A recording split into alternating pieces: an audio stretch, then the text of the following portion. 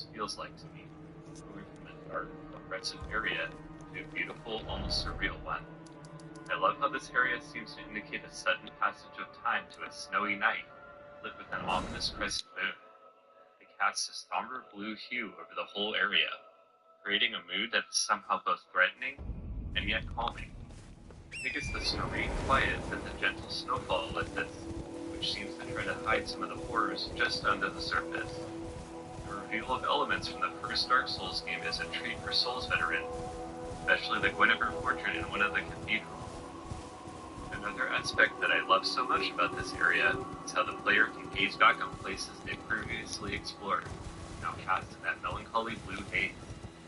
You can even see Firelake Shrine, which serves as a humble reminder of where you began, how far you've come up to this point.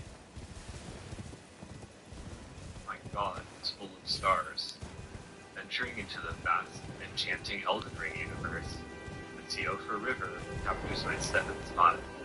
In a game with outstanding art direction at every turn, Teofra still manages to be my favorite area in Elden Ring. Its physical charm, vibrant atmosphere, and dynamic world design, it showcases the evolution of From Software's craft to this point of their already very esteemed career. What I particularly love about Teofra River is that it feels, much like Ash Lake in Dark Souls 1, as if it's an area outside of time and space, somewhere that's mysterious but also somehow welcoming. It also continues From's tradition of having a boss that you actually genuinely feel bad for killing. Thanks, Miyazaki. Next, prepare for a haunting journey into the Hunter's Nightmare, a chilling DLC area in Bloodborne. This nightmarish realm introduces new terrors, expanding the lore and offering a visceral challenge that pushes players to their limits. It's easily one of the hardest areas in the game, only beaten by the other two DLC locations. The rewards for trudging through the area are more than worth it. This Bloodborne DLC is a top-tier standout, what is already probably my favorite Soulsborne game ever. The Hunter's Nightmare serves as an incredible introduction. What I particularly love about the area is that the player can see glimpses of familiar places they've encountered in the base game, all with a nightmarish twist. In my opinion, few games before or since have captured the surreal feeling of being in an actual nightmare, with architecture that literally stacks and fuses into itself. It doesn't hurt that the area boss, Ludwig, has my absolute favorite From Soft cutscene of all time. Incredible stuff.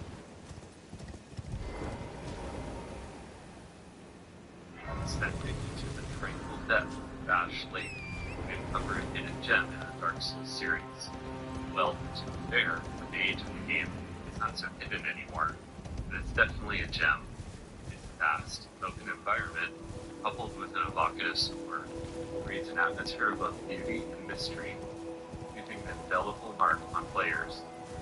This area does something that I consider a From staple, ascending through an innocuous area, discovering something impossibly large and expansive under it. In this case, the player trudges through Lower Blighttown, which is already endeavored. And from there, they ascend what feels like a mile, downwards into the Great Hollow. Finally, they walk through an unassuming tunnel to emerge in an ethereal, glowing, magical area. But how does this even work? It doesn't matter, because it's such a treat just to discover this place. One of the things I love most about these games in the first place, sometimes the biggest secrets are hidden behind these consuming areas. There's just a really cool air of mystery about the place, with the trees that line the horizon, sparking theories about connections to other games in the FromSoft catalog, even demons. Music immediately envelops the player. It feels safe, but it also feels like they just stumbled into a god's domain, which is basically critical. Like Minecraft, I want to hang out here for hours, rotating the camera and taking everything in. Into number 4, Nightmare's Tower of Latria. Players set with prison takes them to a connected series of spires with seeming cogwoods pits. Latria is filled with eerie sound at every turn, or a desk enemy absolutely choking atmosphere. This level is arguably even more atmospheric in the original game. I personally love the fidelity and lighting effects in the remake. Location is a masterclass in atmospheric storytelling, making it a psychological work and a defining moment in From Software's legacy. I love both the area and the elements that inspired future FromSoft games. Yeah, earlier today I got my, what's it called? An area of haunting beauty, almost completely lost in time. It feels like a place that is very much forbidden. Mostly denizens of the castle are a stark reminder that you are not welcome. The location reminds me of the best parts of early Castlevania games. A very good thing indeed. As I've mentioned before, From is great at creating environments that have a sort of menacing isolation between versus no exception. This is probably my favorite area in the base game Bloodborne.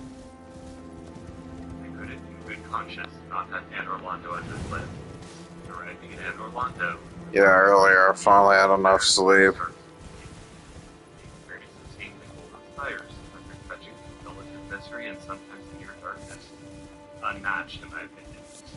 Also a sinister aura. I'm gonna get all the gray sites in not the fucking Mondor. This Dark Souls 1 and 3. Getting all the gray sites in Altus Plateau. Dark Souls 2, black sheep of the franchise. While I've heard all sorts of criticism for Dark Souls 2, most warranted, some of it hyperbole, I think it's pretty undeniable that Majula is a total vibe.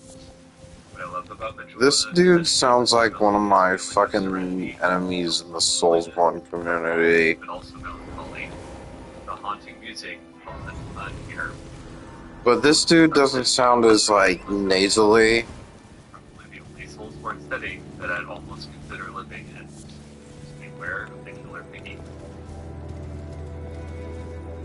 As we move our journey through these extraordinary realms, it's clear that From Software has the talent for creating immersive and unforgettable environments. Let me know what some of your favorite Soulsborne areas are in the comments below. Let's celebrate the brilliance of their game design. Until next time, fellow adventurers, your journey is captivating. The world From Software continues to create. Happy exploring. Thank you for watching. I'd appreciate any and all support. Please throw a like and subscribe my way if you enjoyed this video. Also on Patreon at patreon.com/theinfernalrealm. Stream on Twitch as Infernal1. Again, see you next time. I do like his name, though.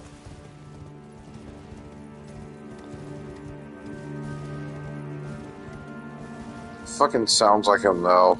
Like, almost to a... Like, what the fuck? Joey, why do you keep fucking farting in my fucking face? What the fuck is up with that? I'm gonna open up this fucking... Hold on. Oh.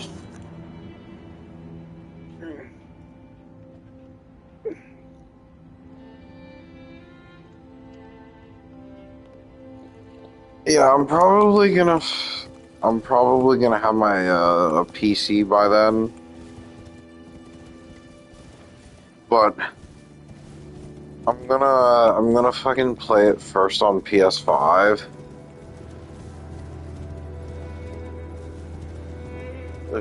Shadow of the Erdtree. And then do all the multiplayer stuff on PC.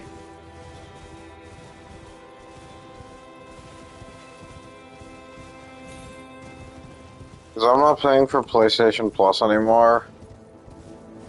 I, like, refuse to do so.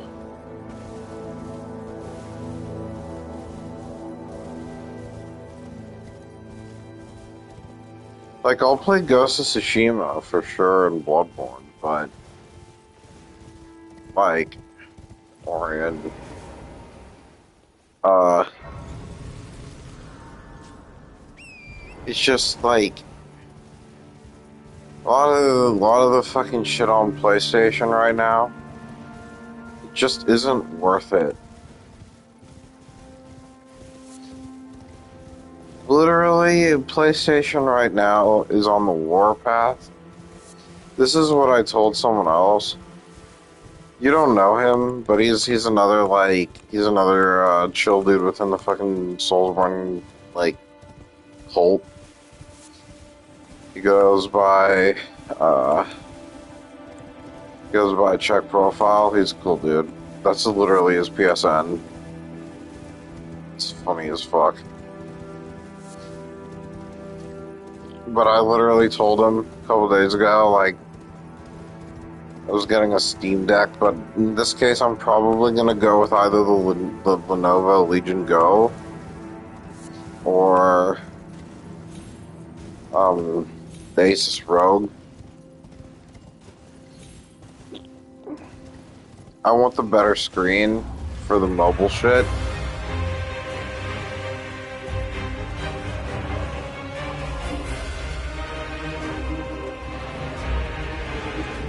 For me, the frame rate matters the most.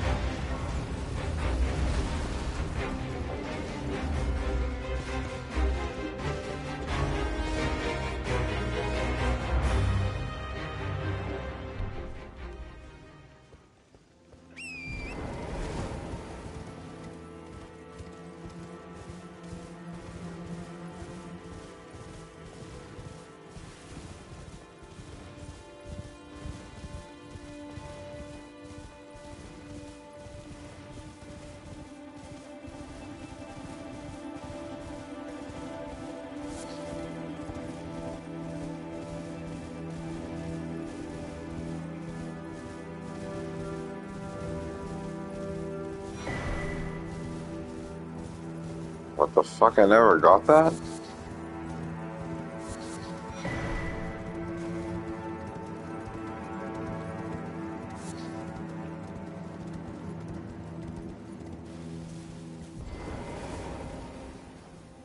Huh.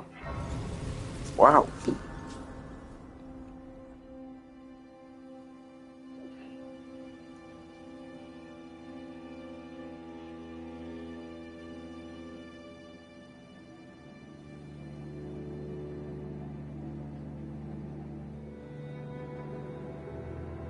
Me, before joining House Lalu. I could take 6 Imperials. Me, after joining House Lalu. I could take 6 Imperials. Oh. Now, boys, you know how I like to be talked to. Show me that voice of the Emperor. Wow. That was really kinky.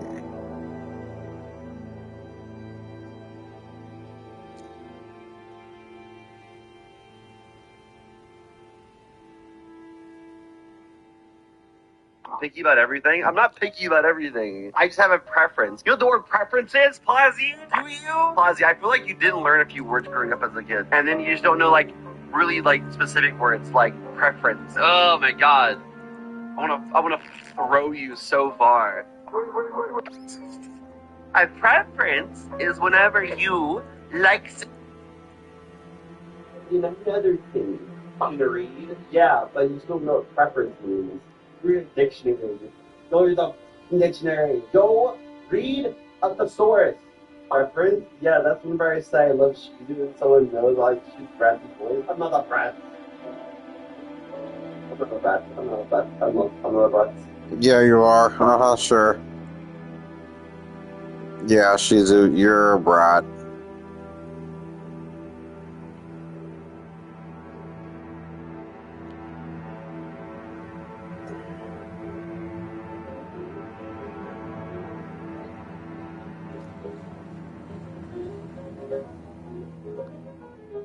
This is the one.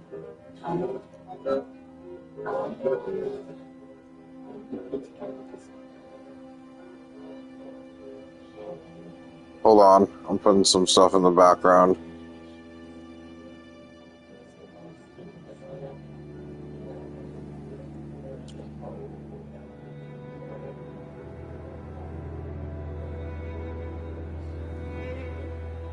Ooh.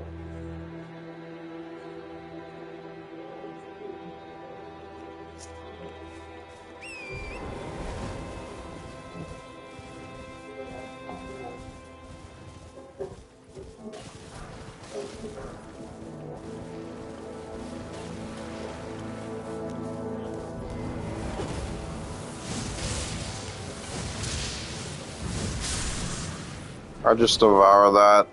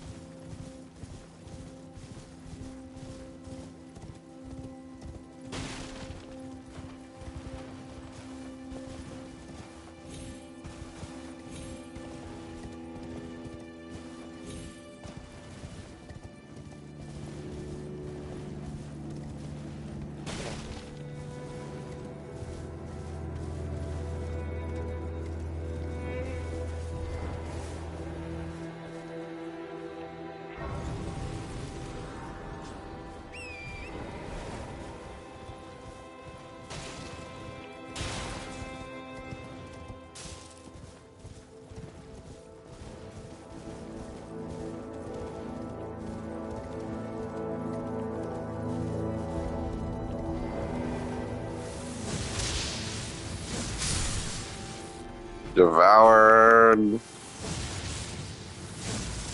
Devoured.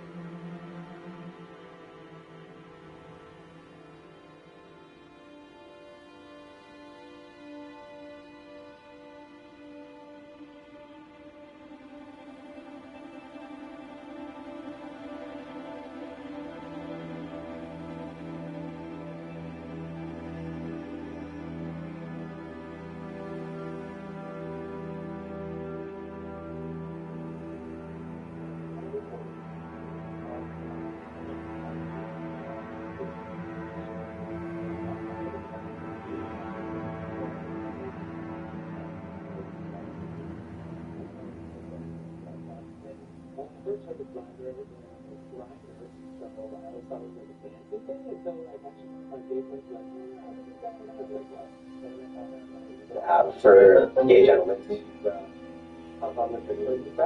Grinder is an app for men to meet other men.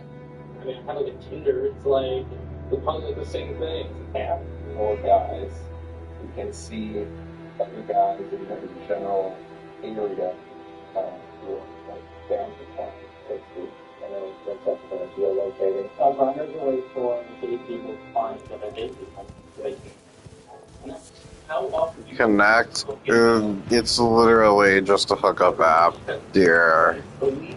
I mean, that's about it. Like, you think that it's for dating. Daily thing.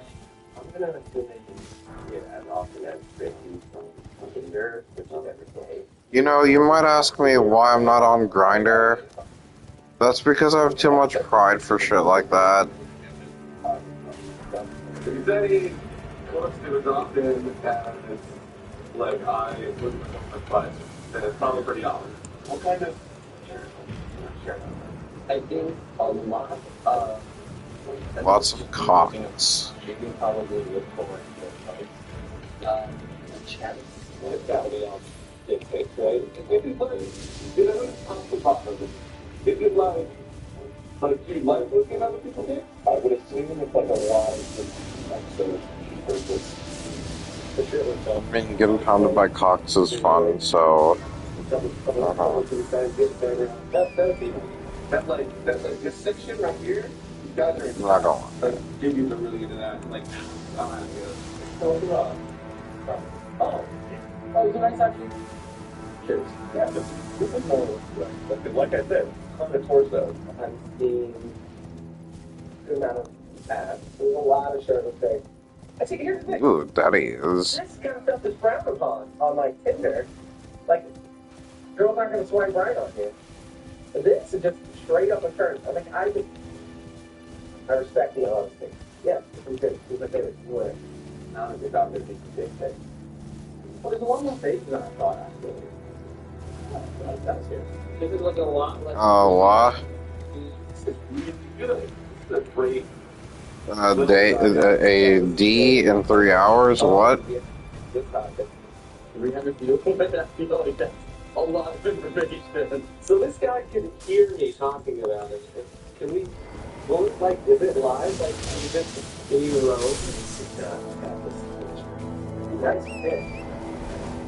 Let's do it. Yeah. What's up? What's up? Okay, what's up this guy is? There's a couple for fun.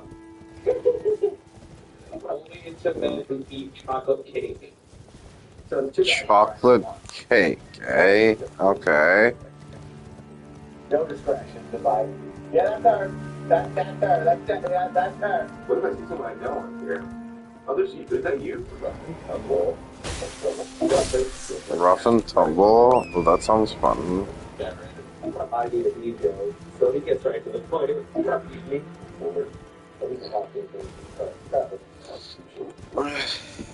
Although the too much pride thing comes with the fucking being a fallen angel. Arrogant. I'm going to ask you a few typical writers profile. If someone says BB on their profile, but they were babies and they like, it's got to have something to do with bust down. Does BB black bottom? Fair. Okay. Oh, the front. Oh. Yeah. Down to fuck. Down, doggy, fucking. I don't know. I got nothing. Not down to fuck. So don't do fuck. Like I'll like I'll do touching, like kissing, but I don't do like down doing fun. These are drug free. That's not fair. That's not fair. The last one was bareback. This one was disease. It's disease free. Everybody wants. That should be a given. UC. The letters UC? Yeah. Really? On tiny dictionary? Cover? Upper top. Under kids, and maybe I don't want to put it up here. Oh, I take my clothes off. I have no idea. No, mustard. Uncircumcised. Oh, make it specific. How do you think about that kind of stuff? I assume that there's a preference between girls who like dudes, but then only circumcised or uncircumcised. People say they like working, or is it a courtesy? Just so you know. Some of these profiles are obviously sexually charged. It's shirtless abs, kissy face. And some of them are just a dude. Here's my thing. I am so jealous of having that have Grindr, right? How much time that would save my life? If you think about it, it's just another app for like social connection. It's a whole world of signifiers and symbols that I just like don't know. Social connection. I think that a typical Grindr date would I mean, fucking is a form of social connection, I'd probably be in straight up looking up if I was a dude. but sure. I can now for an And like, audience. I think that if you were Go both for an attracted to audience. each other and like you're both down on the other guy's cool, you'd very quickly get to like I had a basic Grindr profile. I think it would say live free and die hard. Like make best friends and have sex.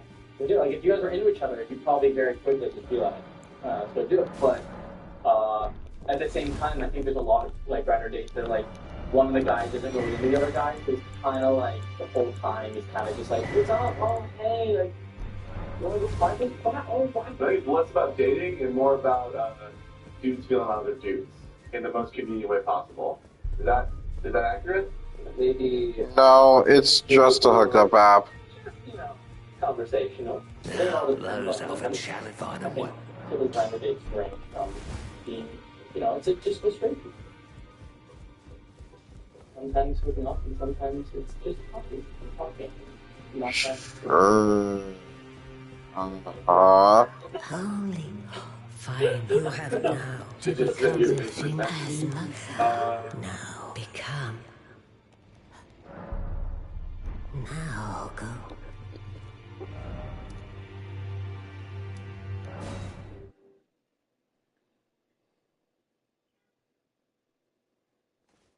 Peggy 16.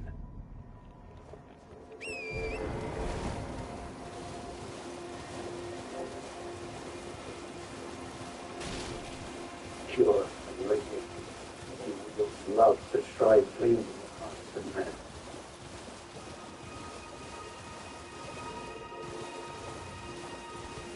There is nothing so satisfying. You've had what? Aha. Your intuition serves you well. My doubts had been piling up, you see.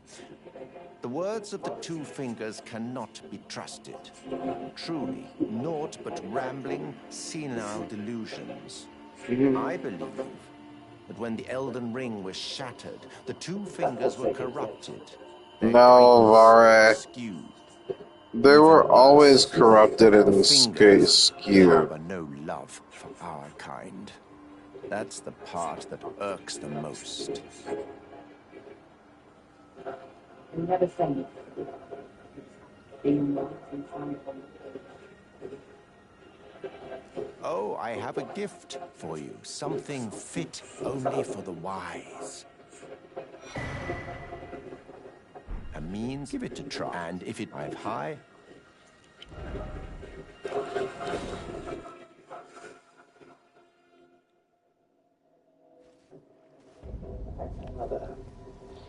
It's now truly Lordship sanctioned, and in once the rest of life.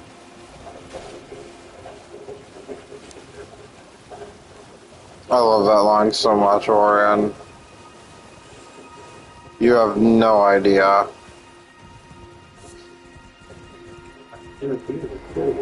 I'm glad. You have a... I wish to a night luminary so. Now. For you... Normally the... But it's...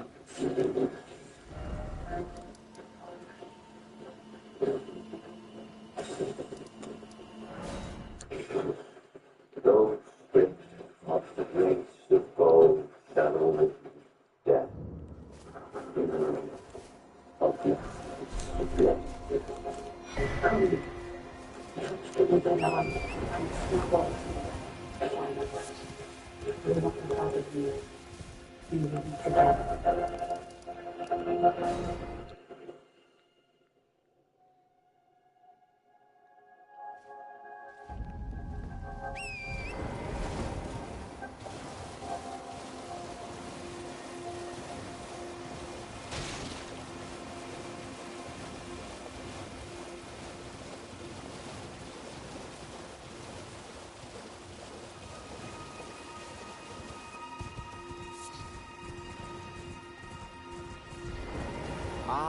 You've completed, and with this, a knight. Now, this...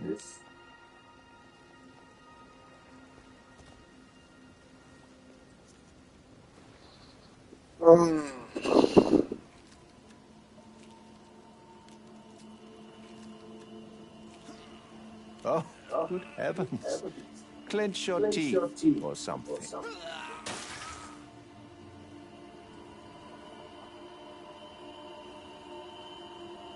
Never forget that feeling of agony, for it is what binds you to Luminary Moog, to all of us.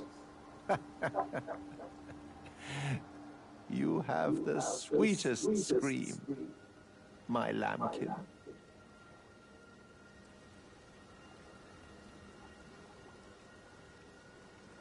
Oh, shit.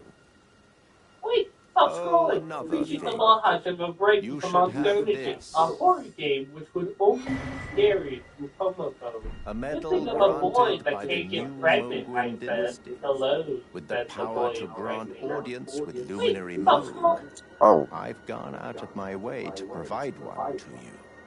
But you mustn't use it. The meeting must wait until the Mogwin dynasty commences. Luminary Moog yet slumbers beside the divinity. We must endure a little longer.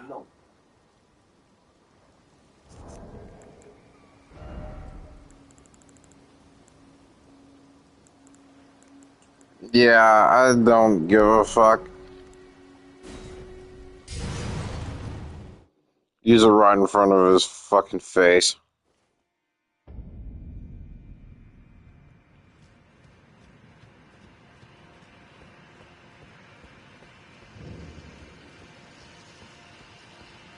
Building the entire city of Yarnum in Minecraft.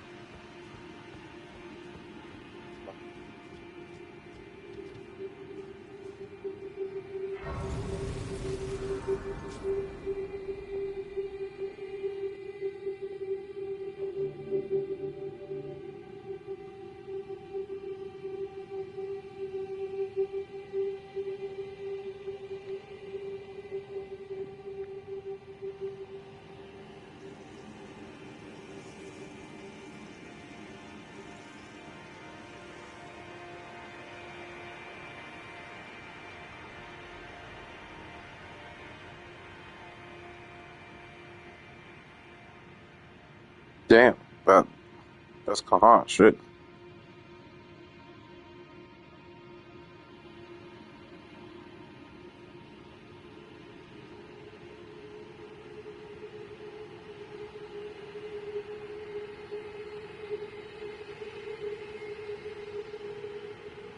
That room.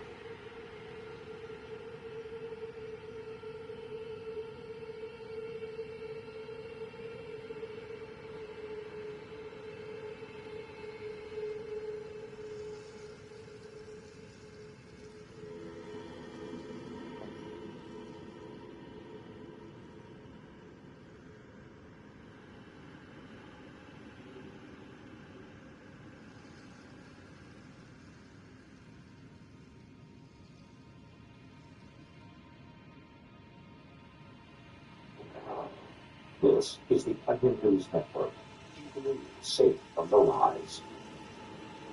Last week, Carmine Washington lost us from here. It's 3 out of here, and now I'm joined by my mom this time round. Hello. What I've done for the last 3 weeks is I downloaded Brian on my phone every night, religiously, 1 hour, I leave it there to let messages roll in. So this is going to be the very, very first time that I'm going to hear them, and you're going to hear them from her mouth. Dude, thank you. Can you get these, huh? I've got a nice package for you if you want to unwrap it. Oh. Can you really do that? Really? Would you like something like that in your No, I would be terrified. Funny, great fun. What does that mean? They want to pay them after we together. Oh. You know that one. What do you like about it?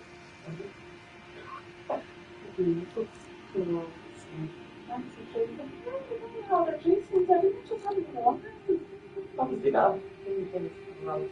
Well, he's scruffy. His hair is all over the place. He's just a dog. What's up, man? What are you looking for? The meaning of life. What's up? Where are you from, mate? Two tops looking for bottom for Oh, Did I? Yeah. This is like time. This is like time. It has to be. Do you say that's right? No, he said that. Sure, it's only the one off to do it. See, that was me. The one off. No, sir. But it says, sure, you're on the WAN one off the radio. Like, there's the same amount of letters in WAN as there is in ONE. Maybe that's my one. I love you. It's so true. I always think that. Well, the thing is, it sounds like you're common. They just said one and just seem differently, right? I'm not judging somebody by that. Yes, you are.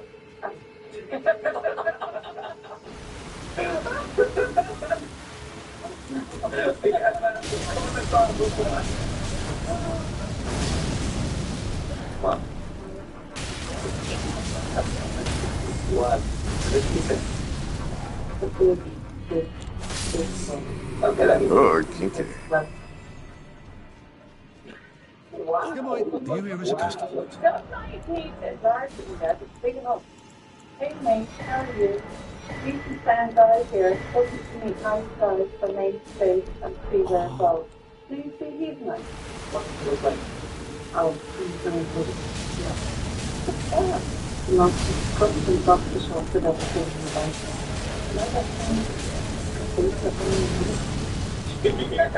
Seems to be a lovely person. Oh, I think it's I don't know, this is going like this. Like, he's sexy. Yeah, I'm so. He's literally doing this. What is that? That's attractive. Well, are you okay after that? I'm slightly too hard.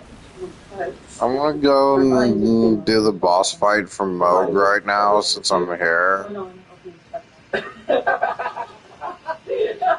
If you want Mom to do more videos of mine, let me know in the comments. I think I'm going to drag you into every single video of mine. Hit subscribe, hit like down the bottom as well. It all helps. And we'll see you later. Bye. Cheers. Bye. I'm here today to show you how to get the boy band look. Find the most unnecessary piece of shit and put it around your neck. And you won't need socks, because you're better than that.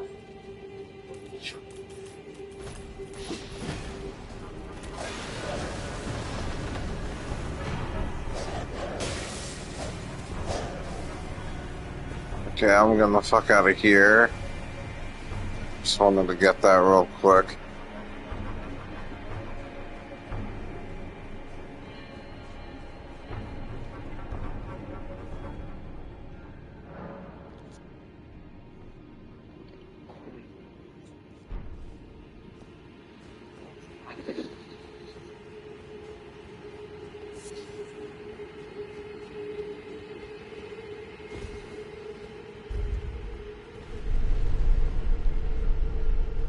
Oh shit.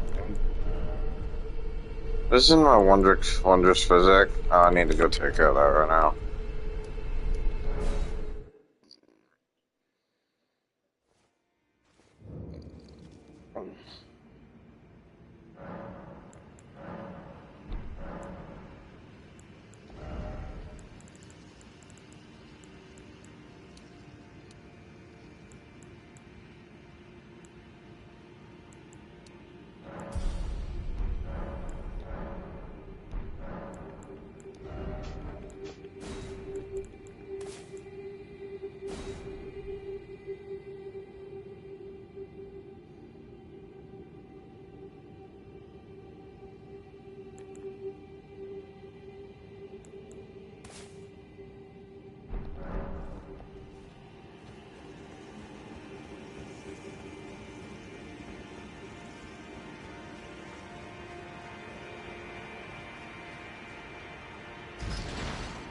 I wonder how to do the fucking wondrous physic glitch. There's a strange thing you can do, Orion. you can use this.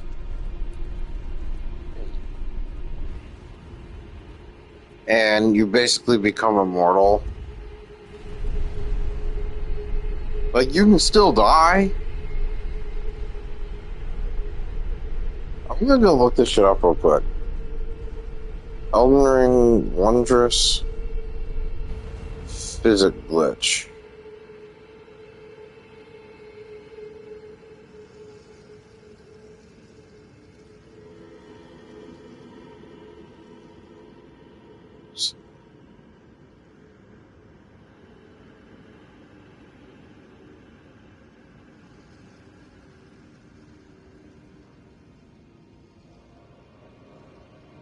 What the fuck is that?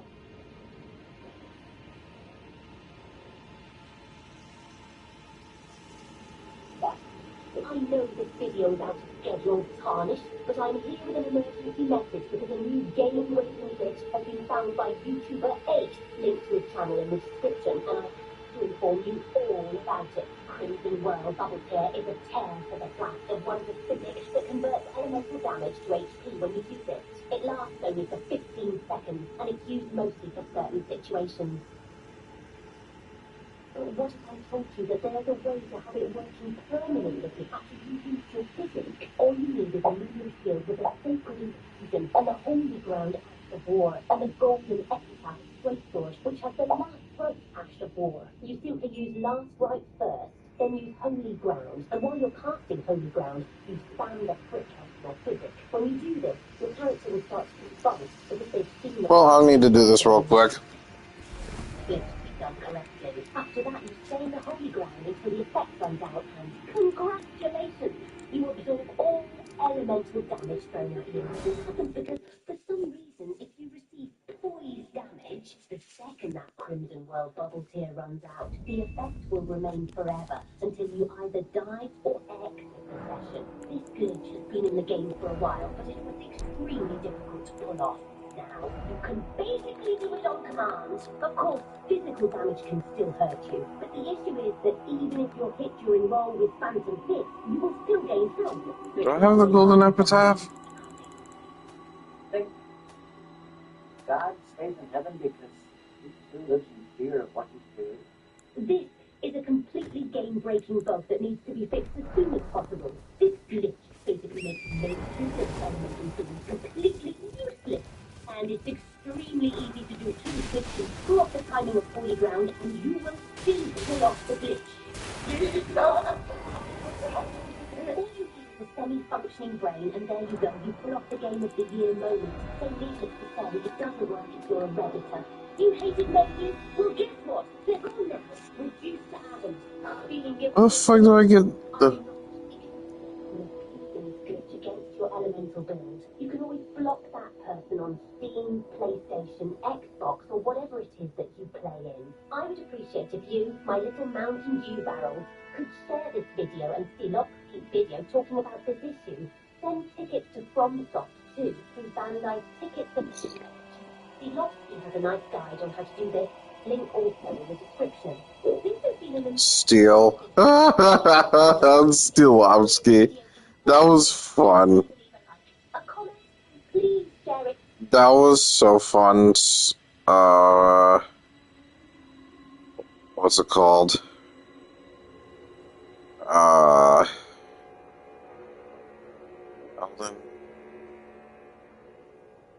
Ring. Sacred Ground.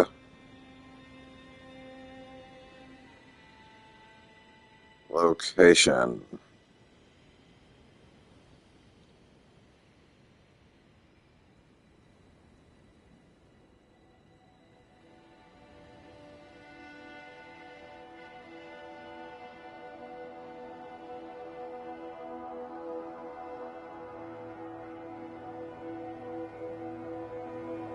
Algera's Hero Grave.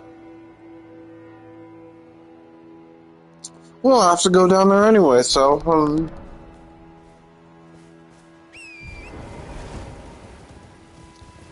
Well, before I take on Moog, I'm doing this. I'm gonna show you a really, really, really fucking cracked glitch. Orion that has not been patched for a while. It's called the Wondrous Physic glitch. What it does is it basically makes you immortal to like everything, like everything.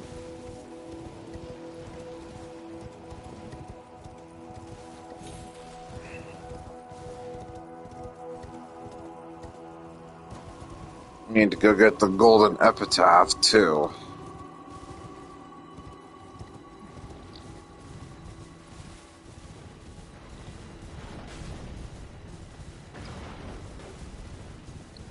Oh, shit, I need to pee. I drink a lot of water every single day, Orion. You need to do the same.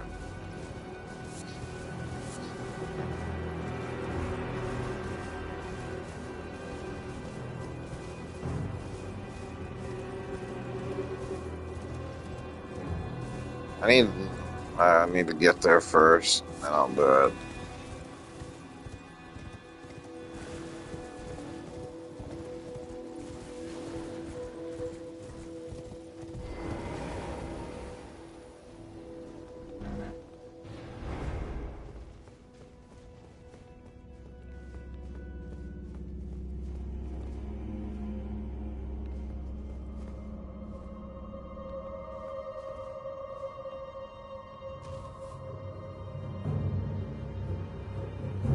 I wonder if he's gonna chase me in here. Oh, he did. Okay. I need to go get something real quick. Be right back.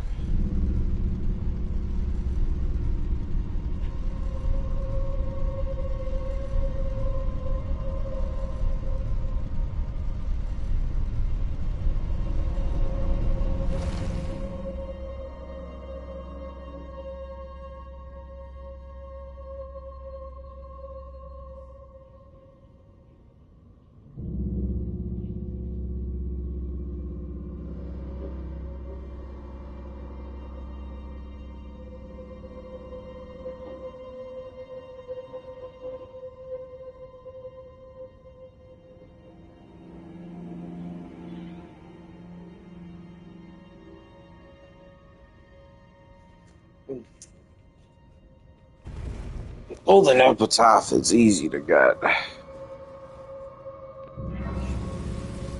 I don't remember where to get sacred ground.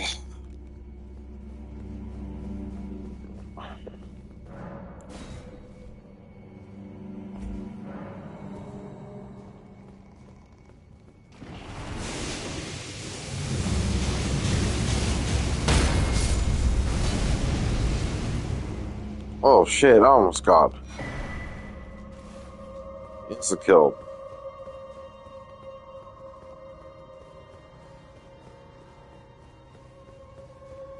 So there's number one.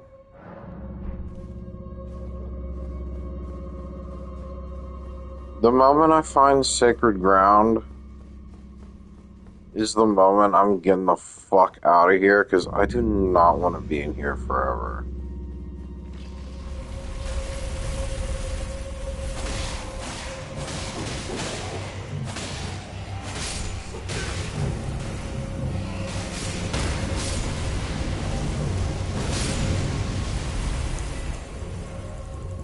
Yes.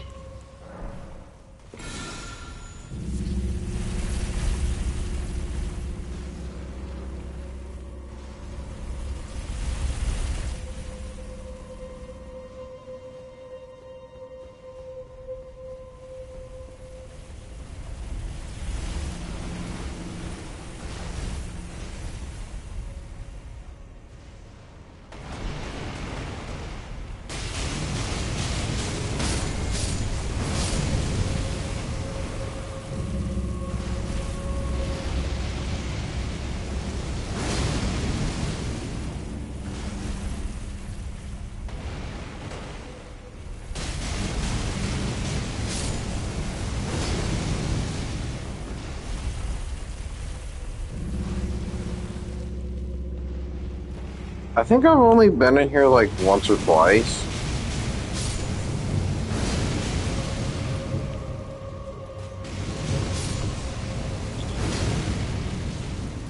Shit, I don't even remember.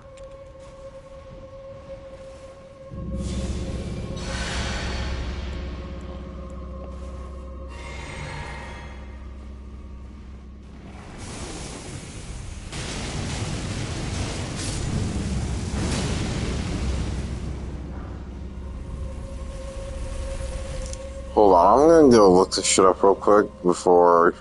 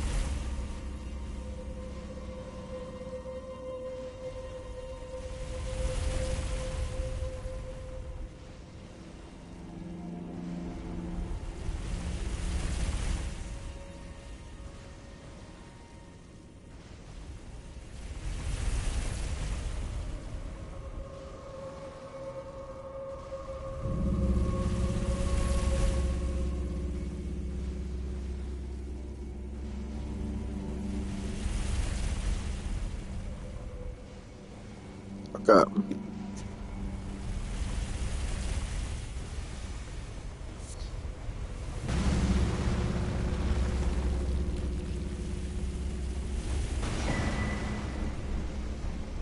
Oh.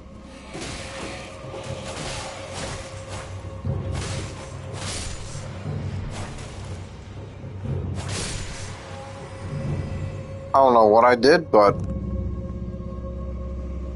okay, I'm not complaining.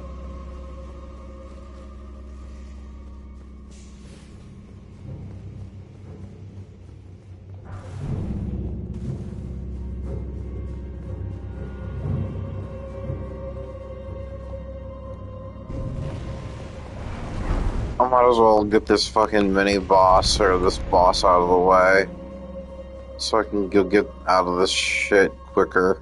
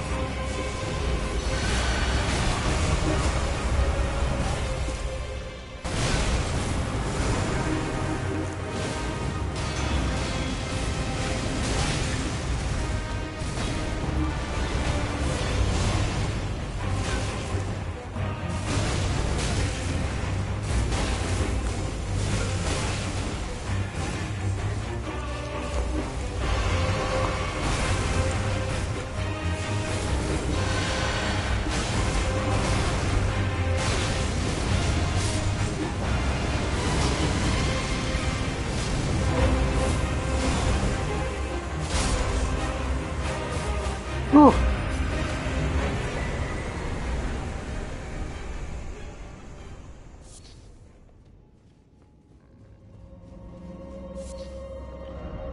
Damn, that was almost really bad.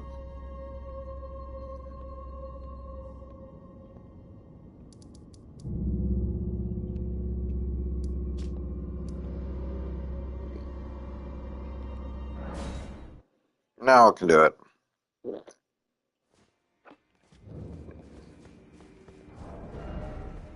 Okay, now I need to go put Sacred Ground on.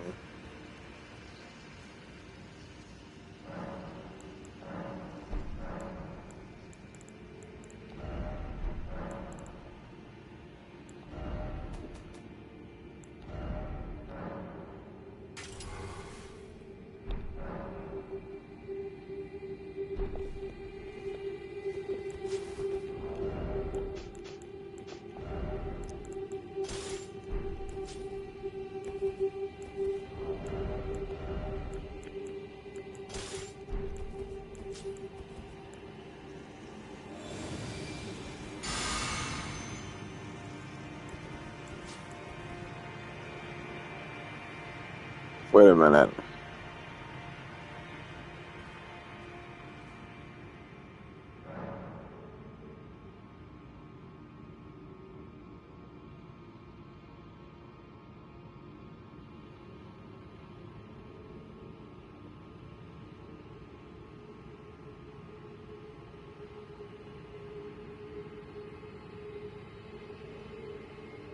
What the fuck is that?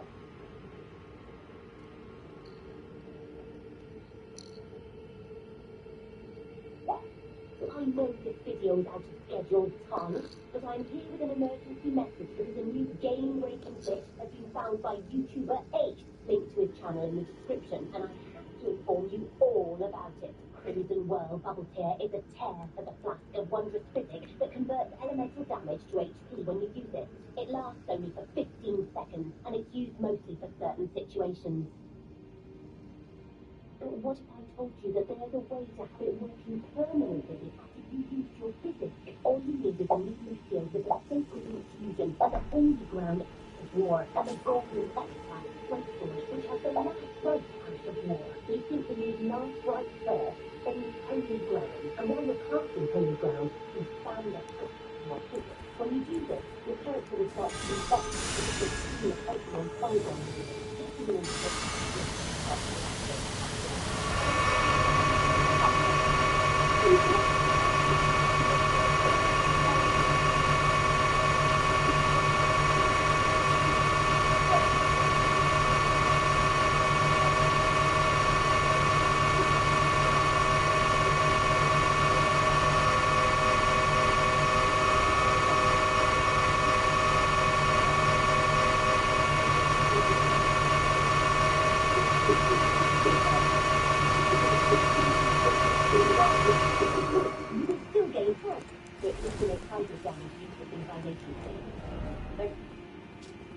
God in heaven is This is a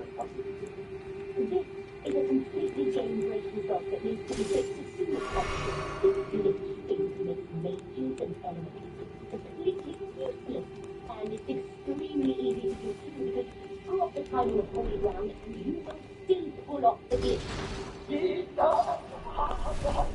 I think I did it. Yeah, I did it. You hated ladies? Well, guess what? Welcome to London. Refuse to happen. Feeling guilty already? I do not. If you ever see someone abusing this guilt, you don't get I do not. Oh, poor us. I would appreciate if you, my little Mountain Dew barrel, could share this video and see lots of these videos talking about the issues. Send tickets to Stromstock through Vanguard's ticket submission page. Delovsky has a nice guide on how to do this. Link also in the description. This has been an emergency message by your favorite. Yeah, I think I pulled it off correctly.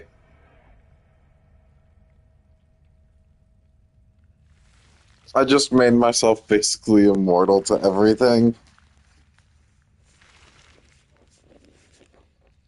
in game.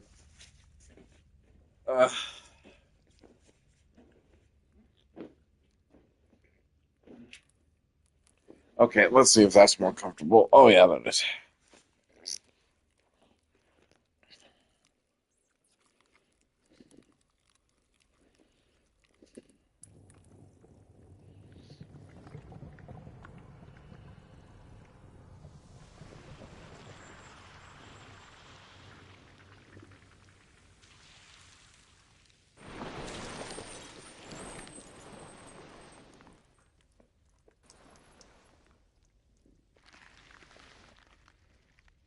Dearest Mikola,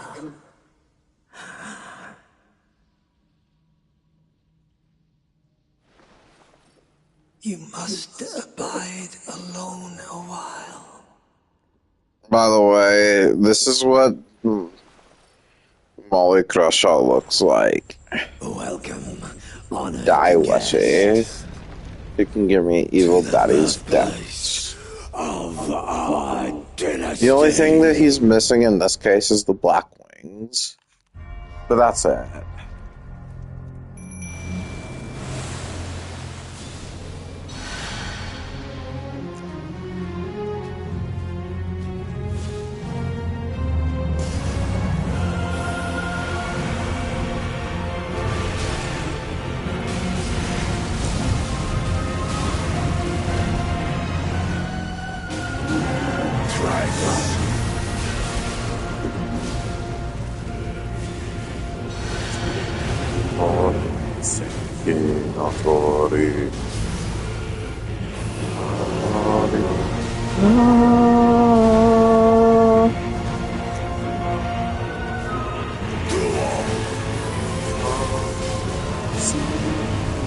Silence, anxiety, memory, fear, scary.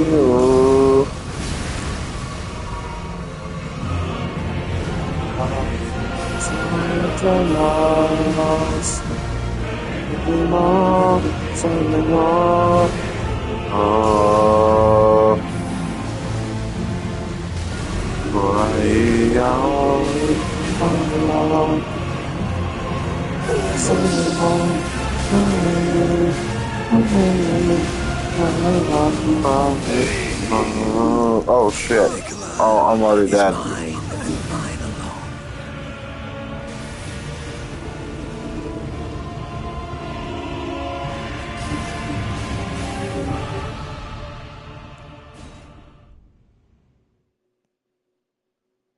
Whoops. I thought that would make me immortal to that as well, but nope. Looks like I need to go get that real quick.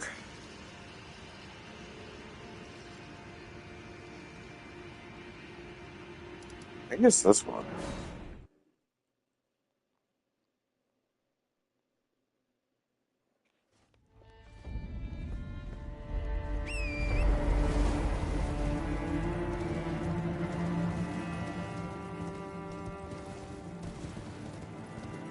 By the way, what he was doing, what Moog was doing with the Nihil, that was a blood-based death hex. You should know that, okay?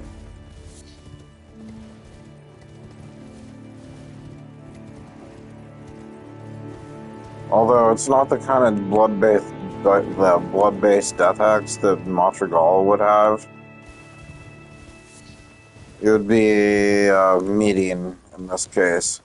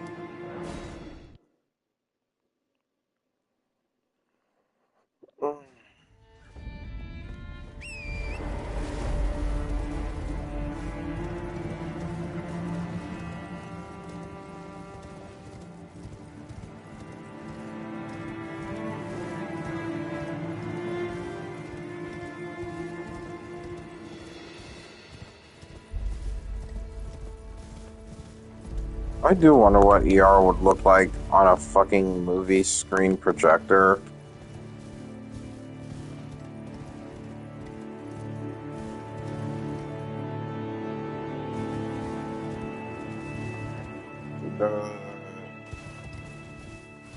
It'd probably be really fucking beautiful.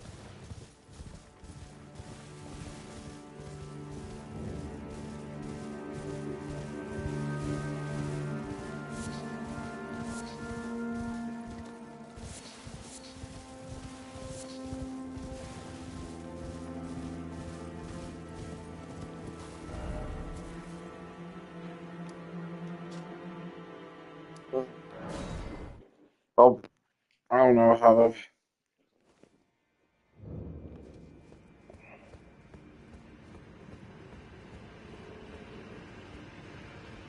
Looks like I'm gonna have to chug it.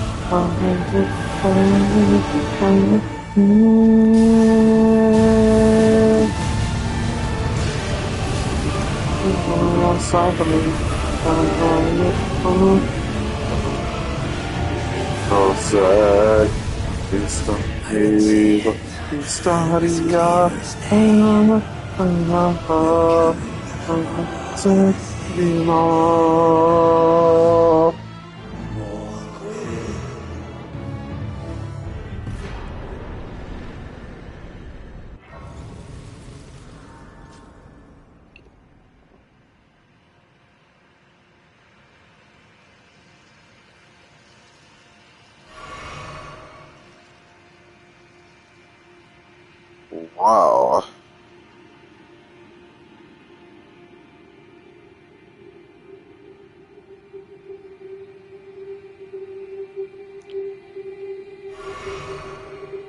Torch invasions.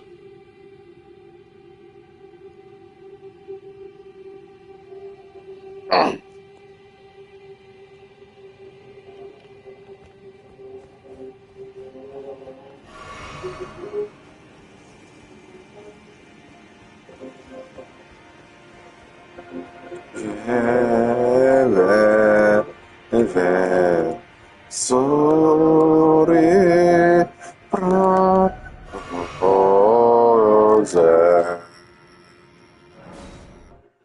Kinotori Bolseki Tori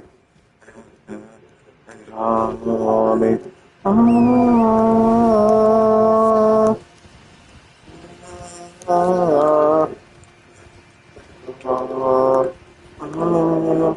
Sorry, Astani Avino Ia Sino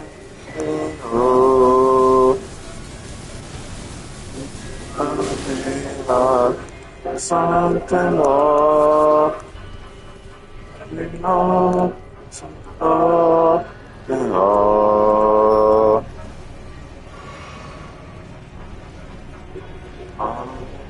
Alleluia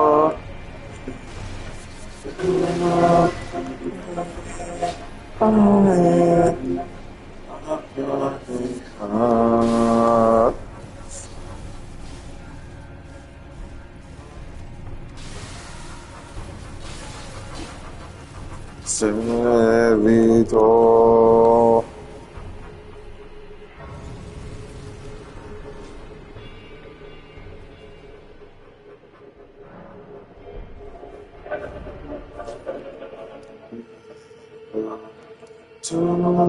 Turki Vistra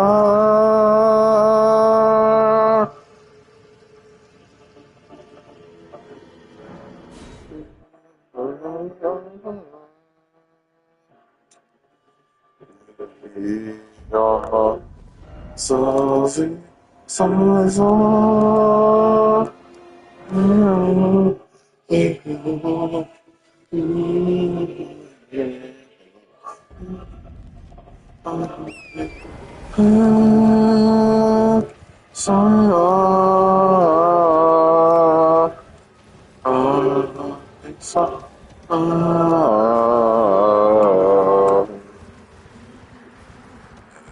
Viva Ori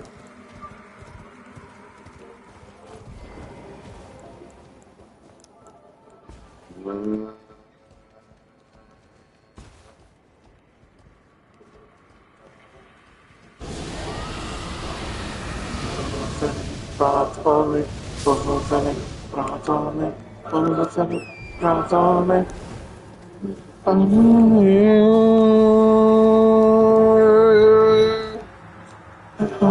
Santo, Satani, Ahai, Hello, Vito Sec, Escanero, Istaria,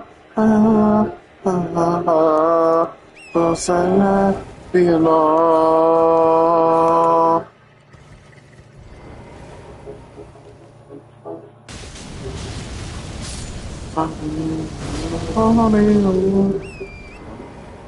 Idose.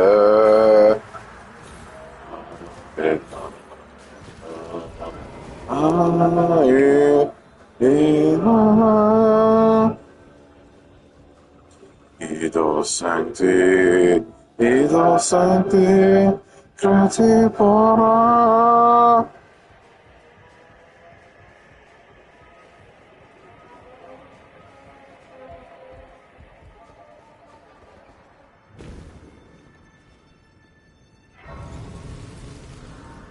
I need to go drink some water.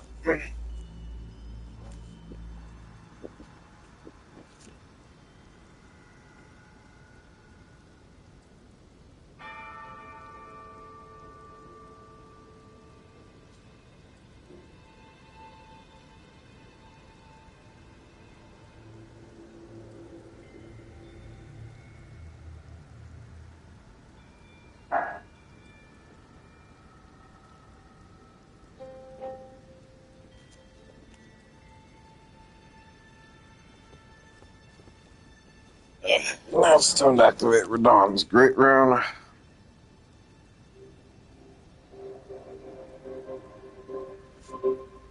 This is the original version. This is great, but I found better versions of this. It'd just be like, out of this fucking world.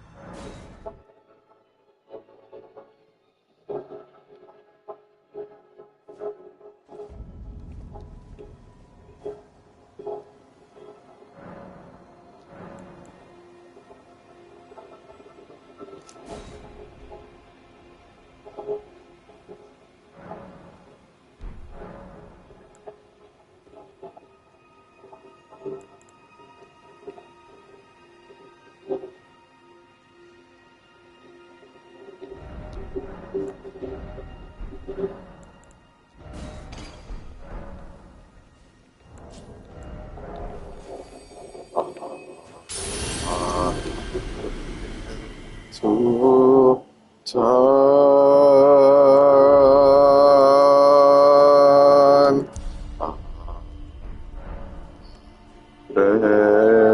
To time. On.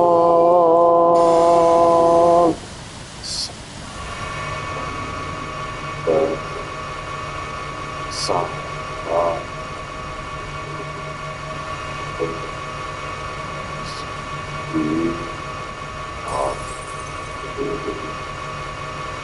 Sera Guternis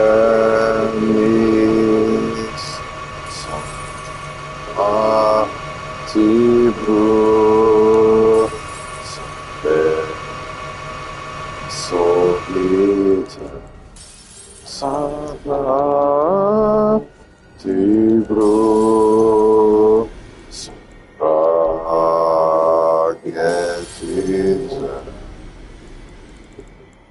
Genital Sata Tibur Ataci salus sabe sata adegavi Cido se sa serenade Scetan exonazione avenos Cinone aveno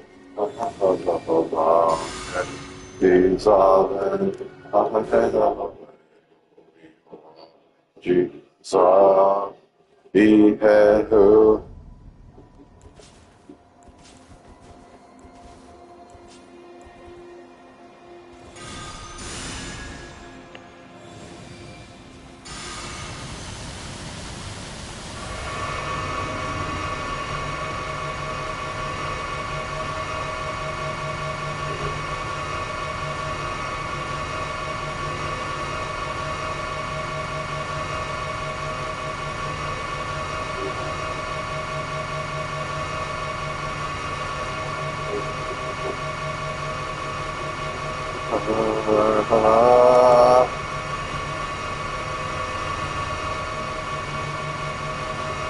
Zero Bazas Esto fide sobra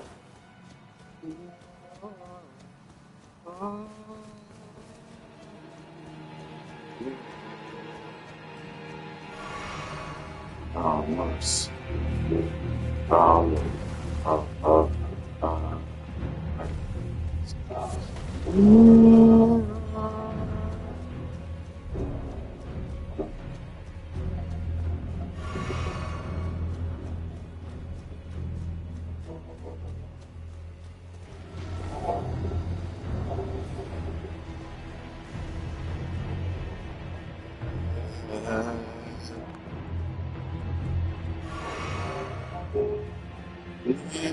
The end is us.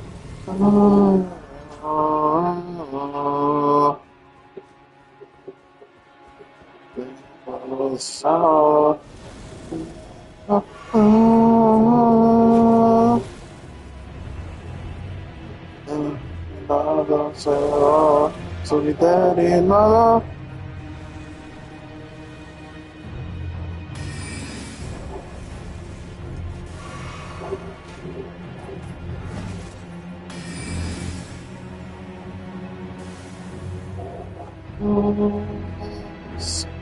sempre faço toda seu graça, nauris profendas,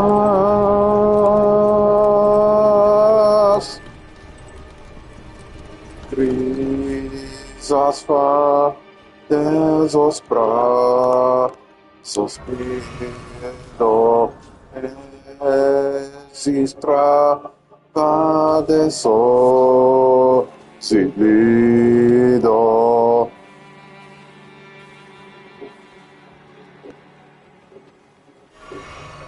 Fugre Vistos Tempit Ai Consibris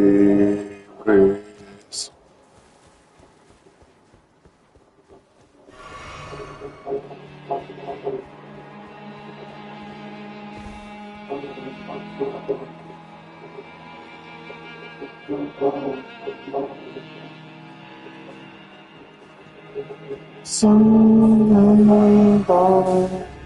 e do servismo e no te odie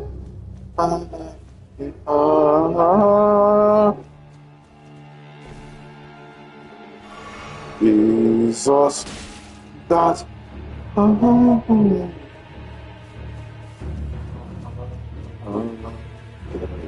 Jesus David Ave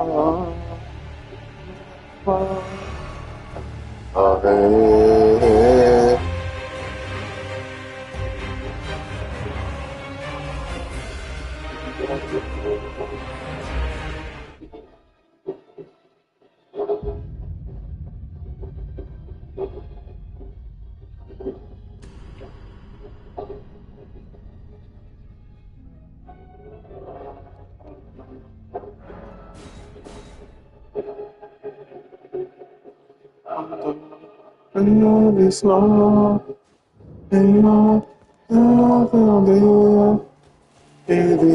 Cristo só dessa fa, så vill så där vi far som är.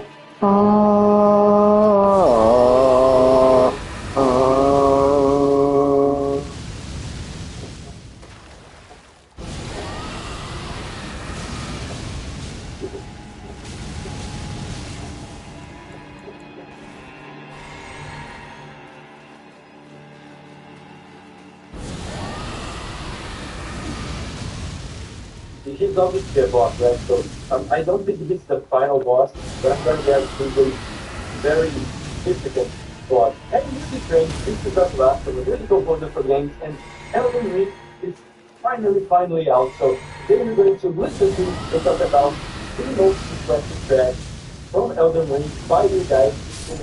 Godric,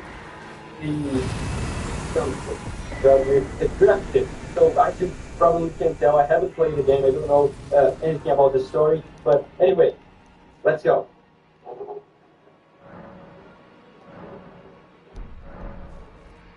Okay. Disturbing.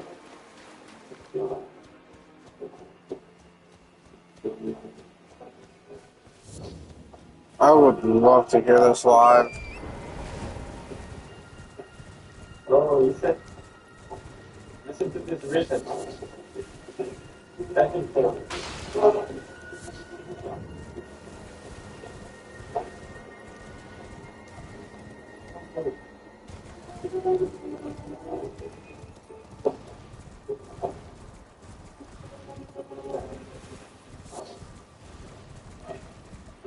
Very disturbing stuff here. You guys remember on my first video about Elden Ring music, where I talked about how Elden Ring seems to be going more for a more mainstream orchestral style, more Hollywood style. This track here seems to have that kind of Hollywood, more mainstream feel, but at the same time, it feels a bit more like traditional Soulsborne to me. For starters, listen to what they're going to do here at the beginning.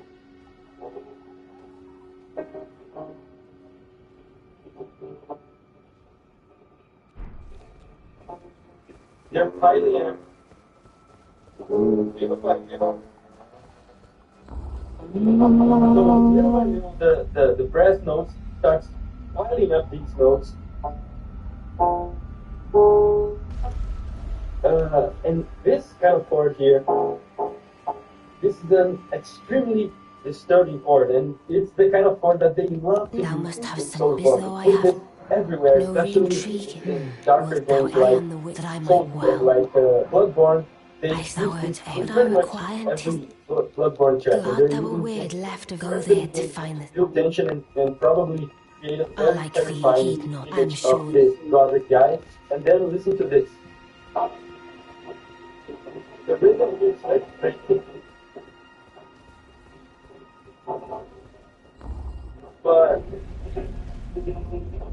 but again, this reminds me a little bit of Bloodborne because this is this part. So this rhythm here is a waltz. It's a 3-beat measure, and there's You've deferred something grand pleasure, so Carian macabre about using 3-beat measures like this in such a sinister and evil and disturbing sounding track because it ends up sounding like a horrifying kind of sense of death, and it's exactly what they did on the Ludwig theme for Bloodborne. So there's kind of an ironic, sinister feel to this track here. Kind of feels like an evil dance. Check this out. 1, 2, 3, 1, 2, 3, 1, 2, 3, 1, 2, 3. So it's a waltz, see? And then there's this.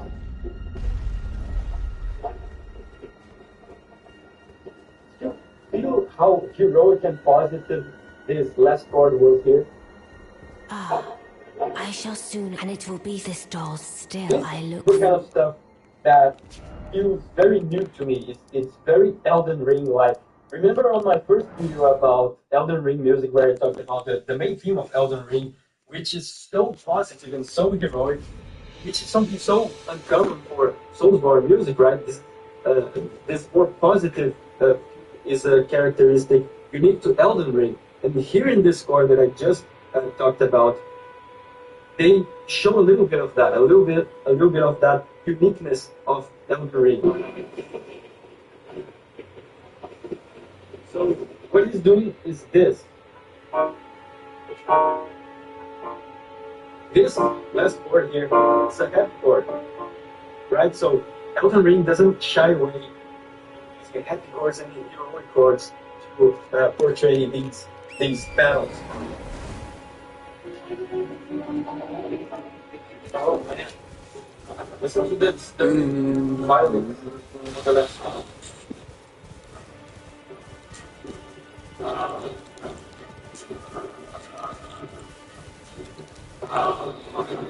Especially the percussion.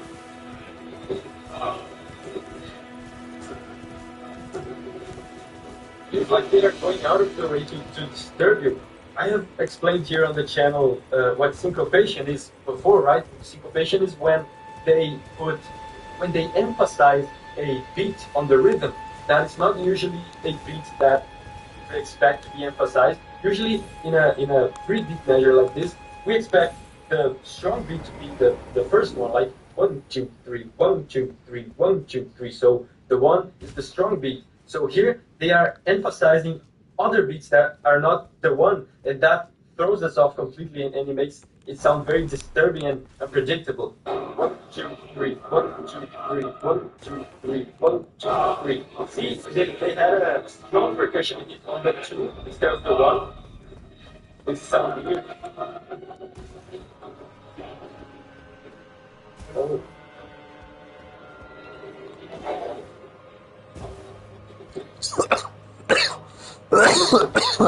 Oh shit.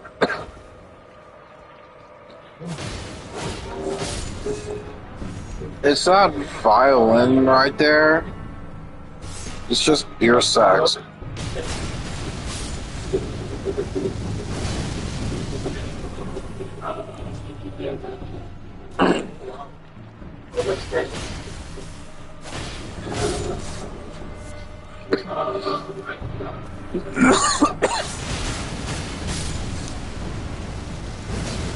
So far,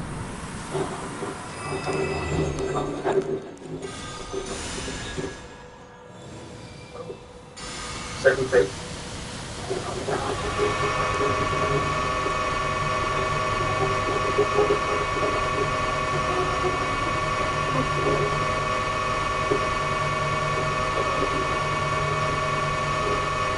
So far, I'm trying to keep my eyes open or my ears open for more positive and heroic chords like the one we found at the beginning. But honestly, this sounds very terrifying, very disturbing. It's probably the most disturbing track I've ever heard from Elden Ring. In that sense, it's the most Soulsborne-like track from Elden Ring.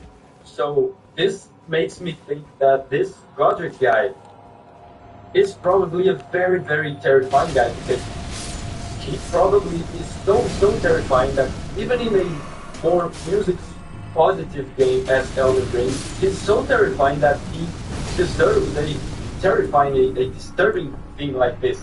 So I'm gonna guess he's obviously a boss, right? So I don't think he's the final boss, but I'm gonna guess he's a very significant boss, a especially terrifying and dangerous boss to deserve a music like this.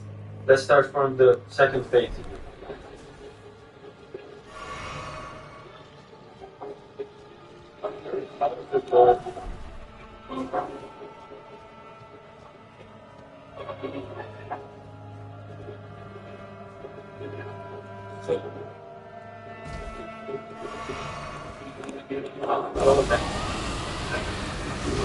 So the type of chord that they were using there at the beginning of the second phase is what we call a fifth chord. Some people call it a power chord because it's very powerful. And an interesting thing about this chord is that it doesn't have a note that we call the third, and the third is the note that is responsible for giving emotions to the chords. He lets us know the chord is happy or sad.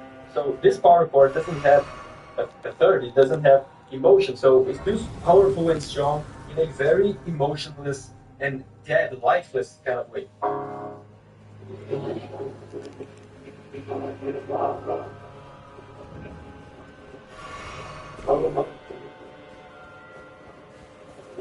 Let's give it again. Extremely unsettled. This is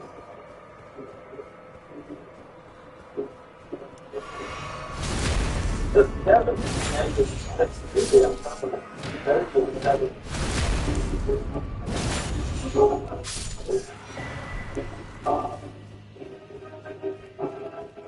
Oh wow, that great.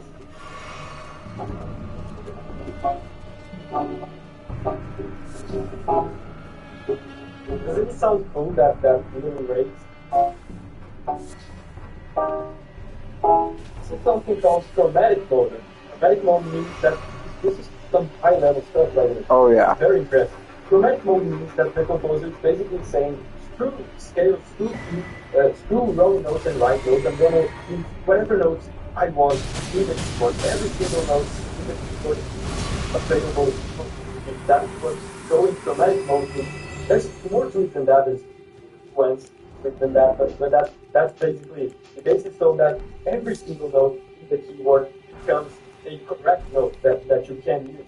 And this kind of raise here, chromatic raise that he's doing, is such an effective way to increase tension because he's increasing in pitch, right? And increasing in pitch, of course, increasing in tension. So he's slowly building tension here.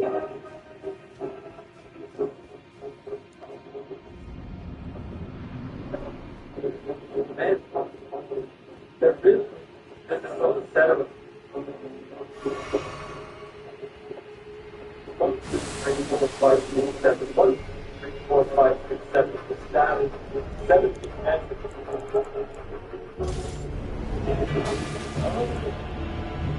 but what they changed, they went back to the dance. Oh my god, what's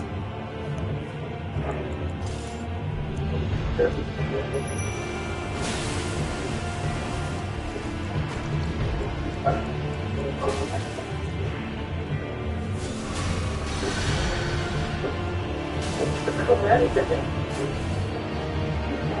It's really chromatic again, but instead of going up, it's down this time.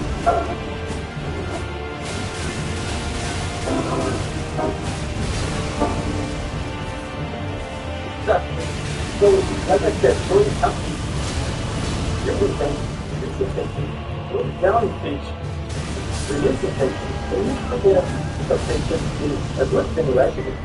It's peaceful, but the overall vibe of this track and the background chords here feel so unsettling and disturbing that even this release of tension doesn't feel like a good kind of release of tension. It feels like a kind of undying release of tension, you know.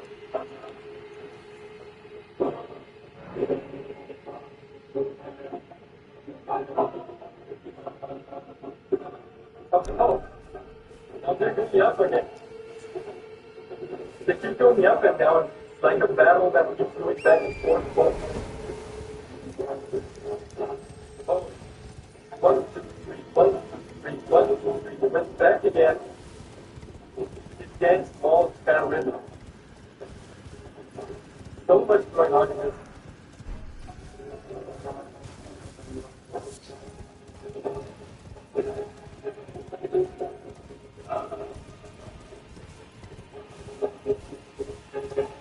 Such a fantastic track.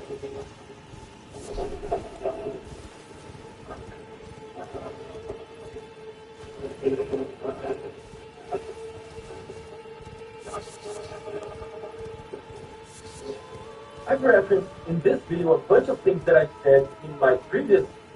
I don't feel rage and madness or intentional and grounded. Hey music friends, this is David Vasco, music composer for games, and it's time for us to listen to another Elden Ring track. I know you guys have been excited for this, and today we're going to listen to and talk about the theme for Vogue or Mog, Lord of Blood. Let's go.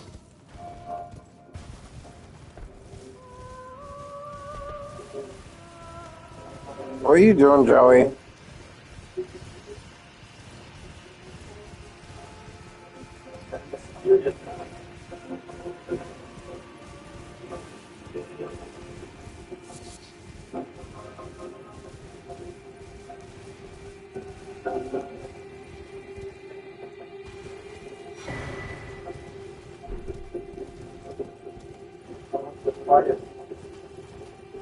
Just kind of stop so far. I bet it's gonna.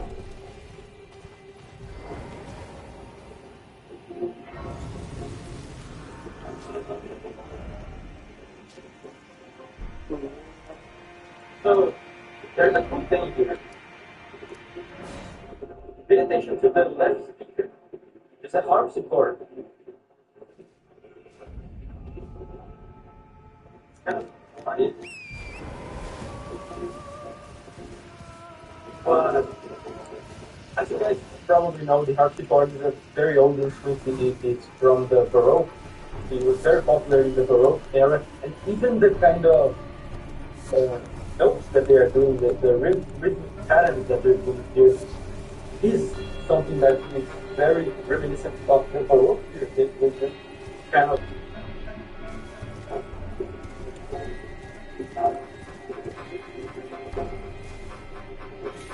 so you this kind of stuff. Right? It's very Baroque. I wonder if that means anything.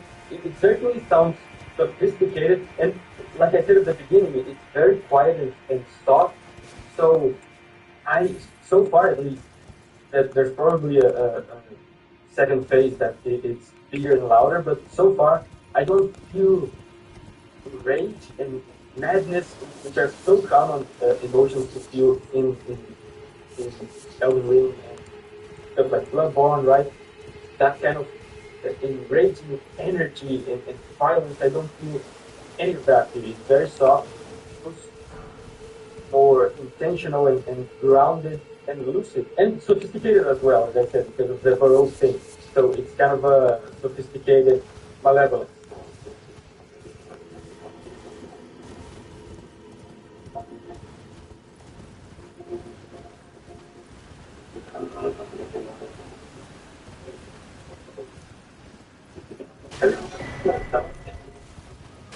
As well.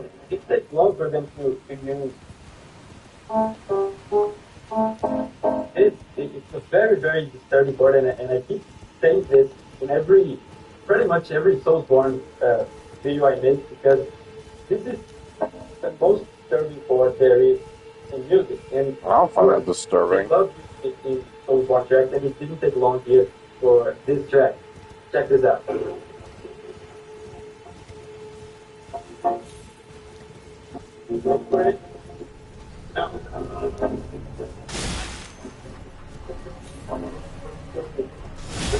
By the way, someone asked me recently, why don't you say why it sounds disturbing? You just keep track the chord as disturbing, but why don't you tell us why it's disturbing? And that would be a very long explanation that I don't think would be very interesting. It would involve explaining like someone is feeling. But I'll just tell you this. Stupid death of stupid. Considered so disturbing and made people feel so uncomfortable in the medieval times that it was literally prohibited by the Catholic Church, and Yellow people Mao. would get in trouble for using it in music. And back then it was called Diabolus in Musica, which means devil in music. So actually, No good in Infernal. that I'm thinking about it, I wonder if this has something to do with Lord of Blood. Because I'm not seeing the gameplay right now, I'm not seeing the fight, but I saw an image of Mo when I was choosing which version I was going to listen to. And to me, again, this might be a wrong first impression, to me it felt like he was wearing some kind of clerical clothes, some kind of priest, some kind of evil priest or something. So I wonder if there's a connection.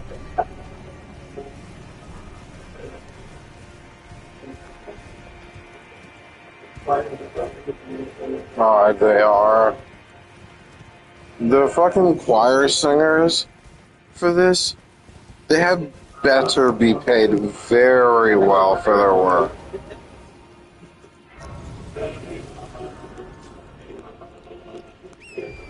There's a lack of impact out there in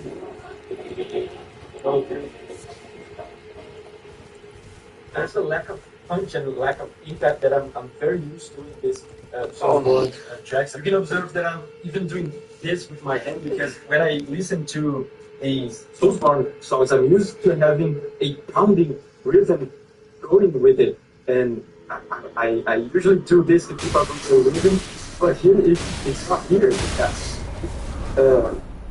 expecting a pounding drum or something like this, and it doesn't come. So again, this is very grounded and intellectual, even and less, much less primal and angry and emotional. And it's interesting to think about that rhythm and percussion, that pounding. The moment I had to that I talked fucking about. pee.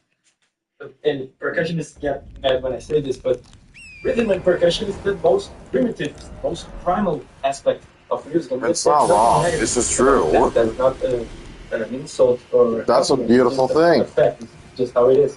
The most primal, the most fundamental aspect of music is rhythm. All the other elements of music, harmony, melody, they contain rhythm in them. So if music was a pyramid, for example, rhythm would be at the base of the pyramid. So the lack of this primitive and primal element gives this a very intellectual kind of aspect, and at the same time it sounds evil. So it's kind of an intellectual, which is very scary.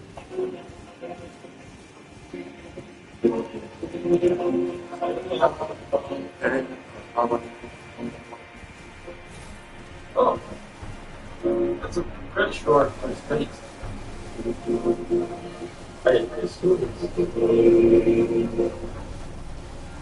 Yeah, so now it's second phase.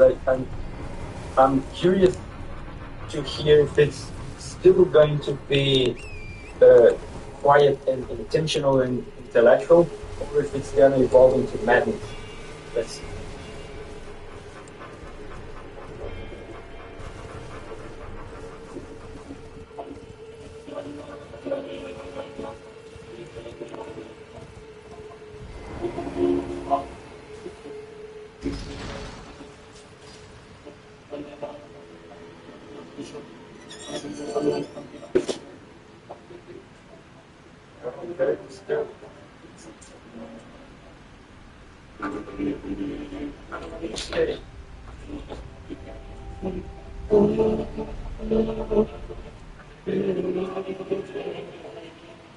So right off the bat, I noticed a lot more of percussion, a lot more of beat, that kind of pounding beat. And I noticed here somewhere a snare drum. Snare drum, of course, is a percussive instrument, of course, and it's very related to war, to the military, to fight, to battles. So there's more of that primitive, primal element here. It's getting a little bit more emotional. I feel like this the Lord of World guy is starting to get a little bit more emotional, a bit more angry maybe.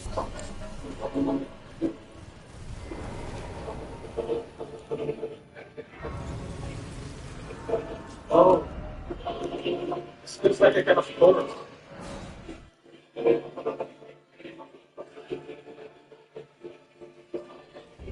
Nice smell, very nice smell.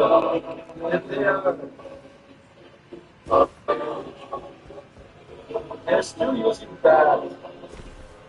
Let's try to get that disturbing blood.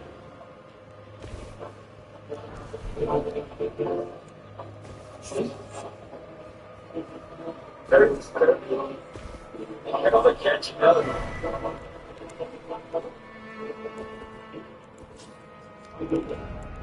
Oh. See, it got quiet again.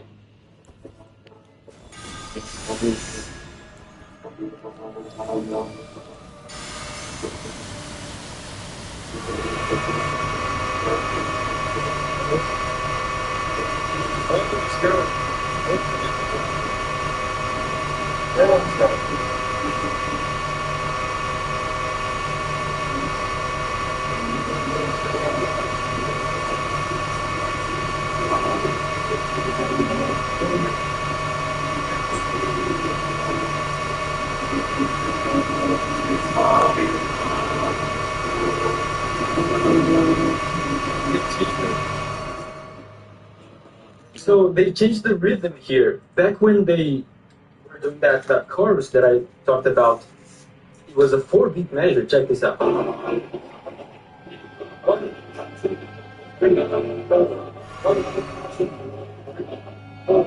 So it's just a 4-beat measure. The 4-beat measure sounds a bit more serious than the 3-beat measure, especially in this kind of tempo here, like 1, 2, 1, 2. Kind of feels like a march, so it feels a bit more combative.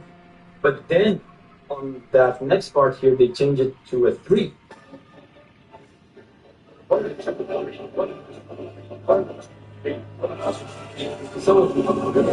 of funny that we were talking about in the beginning about it being so grounded and intellectual and sophisticated, because I think it was in my Godric the Grafted video that I talked about how the 3-beat measure, when used in a kind of evil and disturbing sounding track, it ends up sounding like madness, because the 3-beat measure is associated with dancing, with waltzes, so it's a kind of a happy thing. But then when it's put into something so disturbing and something so evil, it ends up sounding like madness. So it's funny that it transitioned from being intellectual and sophisticated all the way into madness.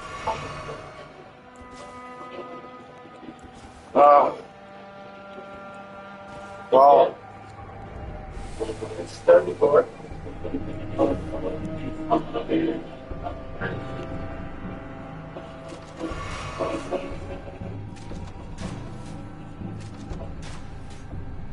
sorry, sweetie. Hold on, I'll give you some treats.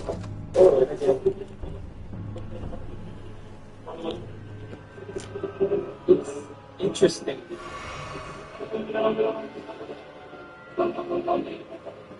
Even though there's rage and emotion, there are moments where that kind of quiet sophistication still shows up.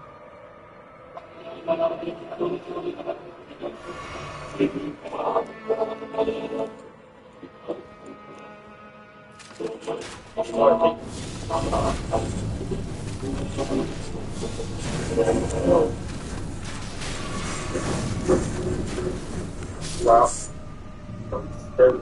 You probably noticed it by now, but this channel is all about sharing the music from the games that we learn with each other. So please keep sharing with me, like you've been doing with suggestions, and I'll keep sharing with you as well by making videos. And running with the Discord, this is taking the excitement of an invention, something technological and exciting in the world. It's like, hey, music friends, this is David Vasca, music composer for games, and today we're going to listen to and talk about the thing for Living Failures from Bloodborne. And as you guys know, I haven't played Bloodborne. I've seen this boss. It's a bunch of weird. I accidentally stepped on Joey Kitty's paw. Let's go. Unfortunate for him and for me. That shit happened.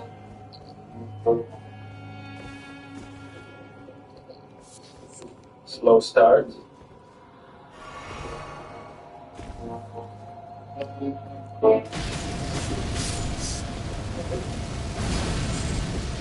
I don't want to be stepping on. You kidding? Strings up the back are thrown. It's building up.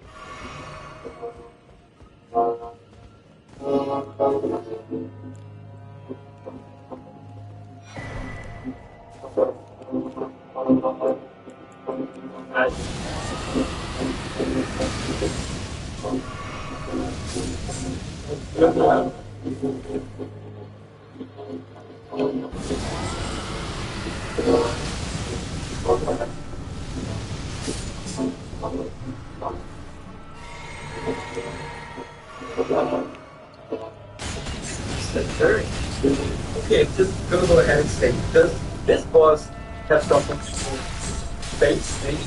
Because it's incredible how much of that Star Wars, John Williams sound there is in this, and even more than that.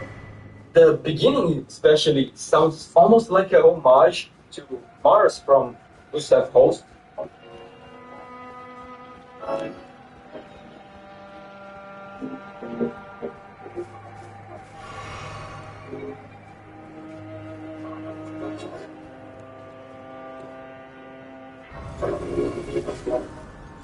And I mean, I've seen these guys, they definitely look like they could be aliens or something like that. So the Gustav Holst thing definitely sounds like it's intentional. So I feel like they're trying to convey that sensation of something weird and otherworldly, something, you know, maybe from space or something like that. And backtracking a little bit here, the beginning is so eerie. It starts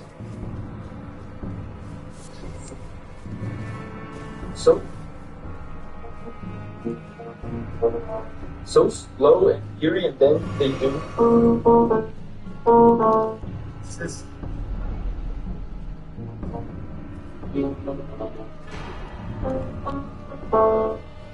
This kind of interval here.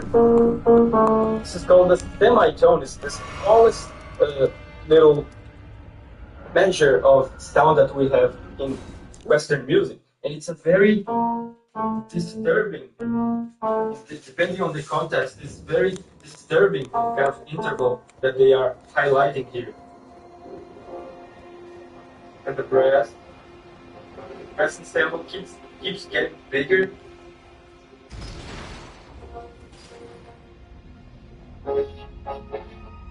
This to me, I think the choir comes in, but this brass part here, this part, and this is gonna sound weird, but this part to be,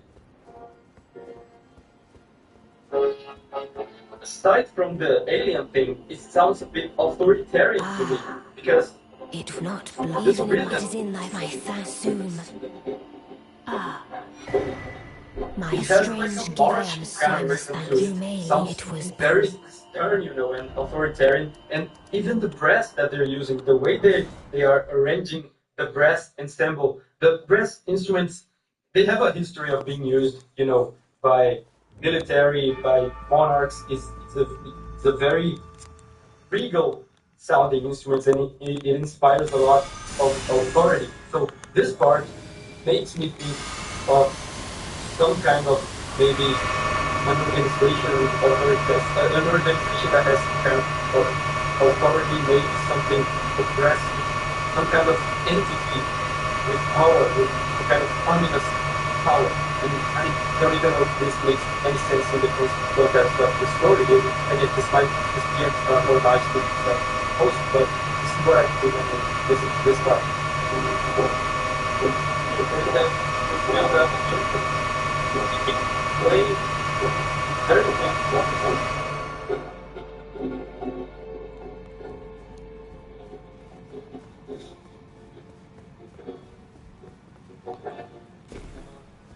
Again, a lot of focus on the red.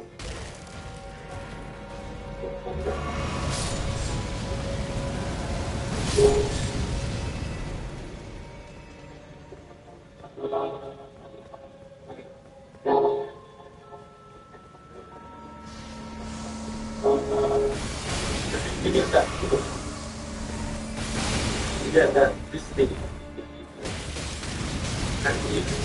And this thing here is just classic Bloodborne music genius, right? Because they managed to make a very beautiful beat that at the same time sounds so unsettling and uncomfortable. And when you start analyzing the notes that they're using here, you realize why. Let's look at some of the notes that they're doing on the background of this. You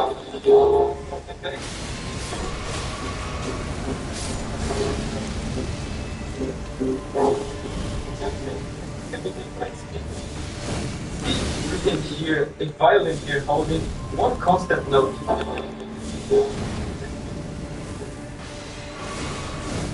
Okay, so at the background you basically have this, which nothing too uncommon, it's just a dead chord, right? It's a little bit mysterious because there's some notes missing, but it's a dead chord. But when you put on the theme over this, that's when things get crazy.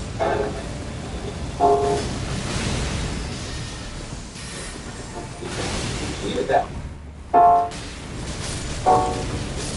So seriously disturbing, but most important of all, it doesn't match at all with the background note that we played earlier. So it feels like they're putting stuff on top of each other that doesn't match, that doesn't belong at all. They're doing it purposefully to create that sensation of some kind of abomination, something ugly and weird and uncomfortable. Okay, still that disturbing thing.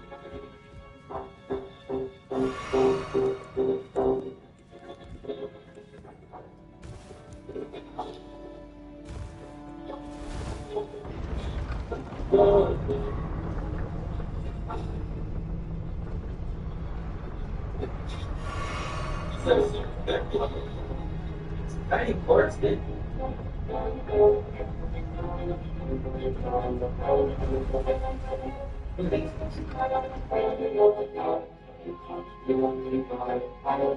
There's a very interesting chord in this part here. Both chords that they're doing here are very exciting, but the second chord is particularly interesting. Take a look.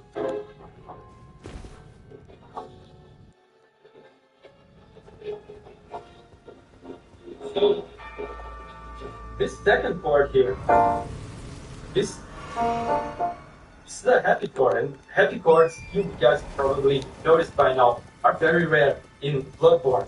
But it sounds so exciting, it sounds like something futuristic, something amazing to see, something wondrous. And the living failures are that, they're ugly and despicable, but they are amazing. And the name living failures makes me think of maybe they are some kind of creation of someone, an experiment of someone that went wrong. So these chords really make me think, of the excitement of an invention, something technological and exciting, a new idea. But then they do the same thing that they did on the previous theme. They put on top of this exciting happy chord, they put something that is very not happy, something very disturbing and ominous that does not match with the happy chord underneath. Which is this last part here.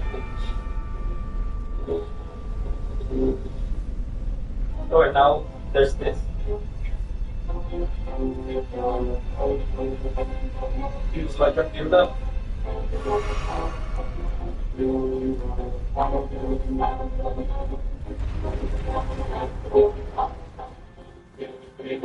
Choirs.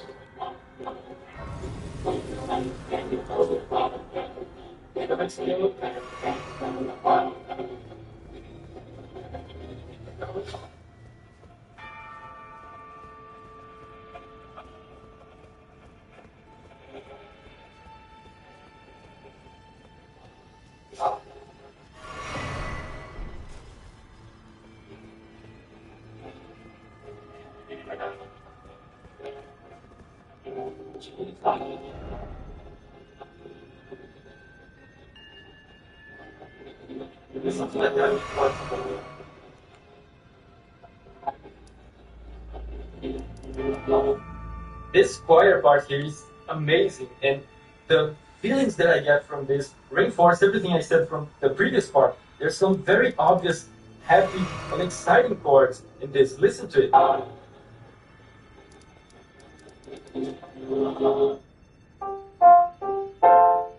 This is very happy. It sounds so exciting. So it's similar in the kind of vibe of the previous section. And they keep alternating between these exciting and happy chords and tense and disturbing stuff. It feels to me like someone out there, maybe not the player, of course, but someone out there in the world of Bloodborne is happy and excited, or at least maybe was happy and excited about the living failures. Maybe the person that created them, but there's definitely a lot of inventiveness and excitement and a glorious aspect to these cards.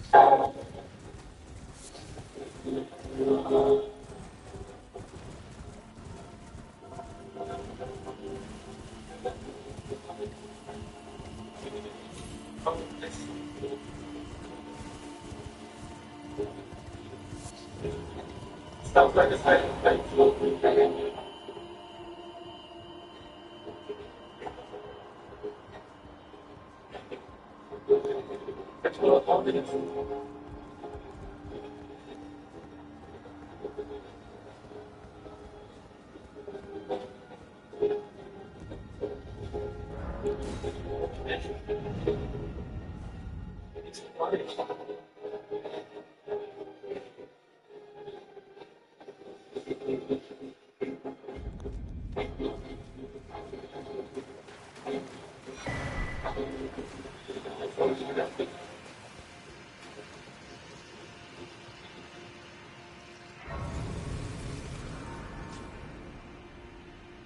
Wow. Hey, you like them?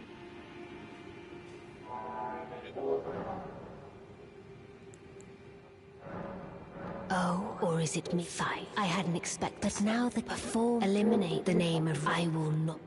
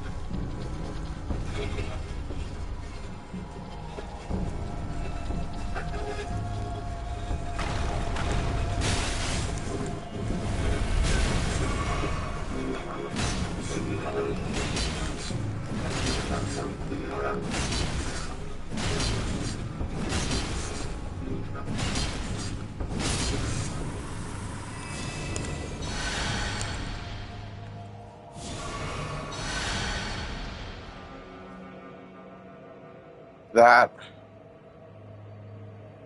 epic.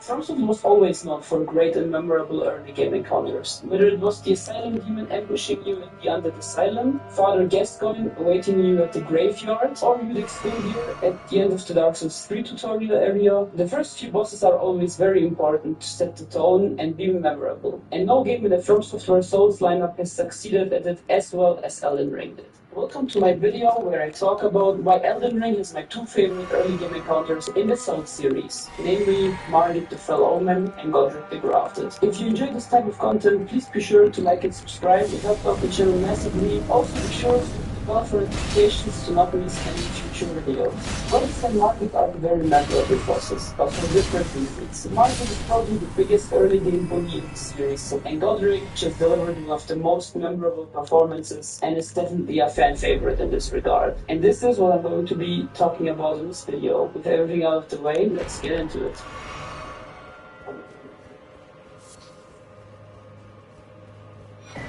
Margit does a superb job as an early game encounter in Elden Ring. If the Tree Sentinel didn't teach you this lesson, Margit for sure will. If you feel for a fight, there is no reason to crouch against this wall. You can go explore the open world. However, it's still awesome that you can defeat these bosses. There's nothing preventing you from fighting the boss even with very weak gear and being on the level, which I really like about From Software games. But not only this very crucial lessons taught in this encounter, the encounter also prepares you for everything that is coming for the inhabitants. Insane related Mexican jump over like the Scorpion failure. Positioning-based rolls, basically you need to roll in a certain direction to avoid the rest of the combo. And of course, positioning fights, so depending where you stand, you can do different follow-ups. He has insanely cruel punishes and seems like an unfair boss at times because whatever you do, he will always do the dagger double swipe. But when you really learn them and know when you can do them, it feels so incredibly rewarding that you finally mastered this incredible boss. This boss is just fantastic. Everything he will teach you will come in practice later. The insane delays in, for example, Radahn's fight, the jumping over attack in, for example, Godfrey's fight, and of course positioning based being part of the entire game, like here in the Millennia fight. It's just something that's incredibly crucial for the entire game. But not only is Margit a great early game boss to teach you the mechanics, he also builds up anticipation, because after you defeat him he has this message.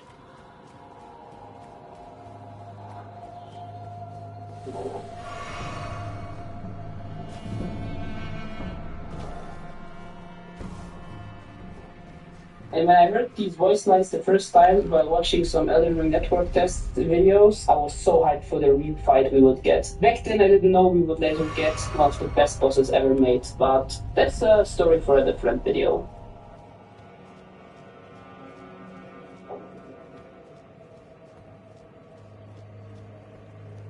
I think both Margit and Godric are very important for the early game in Elden Ring, but for very different reasons. Godric is the first demigod boss you face in Elden Ring, and he's far from bad. Actually, he's very good mechanically. He has some very cool and fun mechanics, positioning-based combos, and some insane delays. Like, I still haven't adjusted them because I mostly tend to space them. It's definitely a great fight. However, I think the more interesting thing about Godric is that it shows you how a demigod fight is structured. Demigod fights have just great lore. They all have their unique personalities, and Godric is of course no exception to this. His presentation is just fantastic. He has two incredibly well-made cutscenes, and the voice acting really just went all out.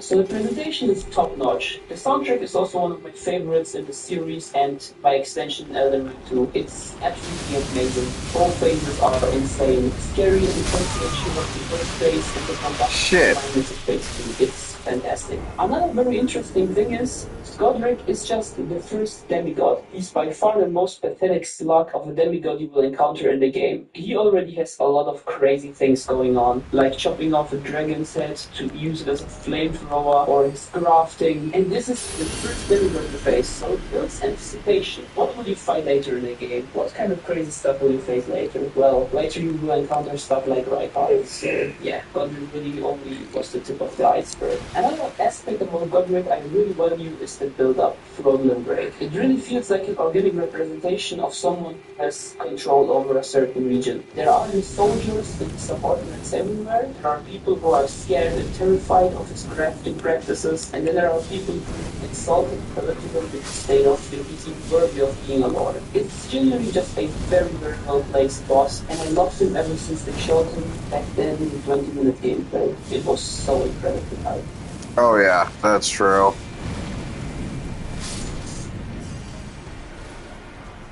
In conclusion, I can say that both Godric and Margit fulfill very different but also very important roles in the early game of Elden Ring. While Godric is the first proper introduction to what a demigod fight will be like, offering fantastic spectacle, great presentation, very fun lore, and awesome mechanics, Margit is just the perfect early game challenge to teach you everything you will first learn. I had a friend who played a Souls game with the elements for the first time, and he was stuck in Margit for very long. However, after defeating Margit, nothing really even came close to this difficulty spike. He is just that good at teaching you the game, unlike some yappers on YouTube like to claim. In Sekiro, you can respond to everything while doing that damage.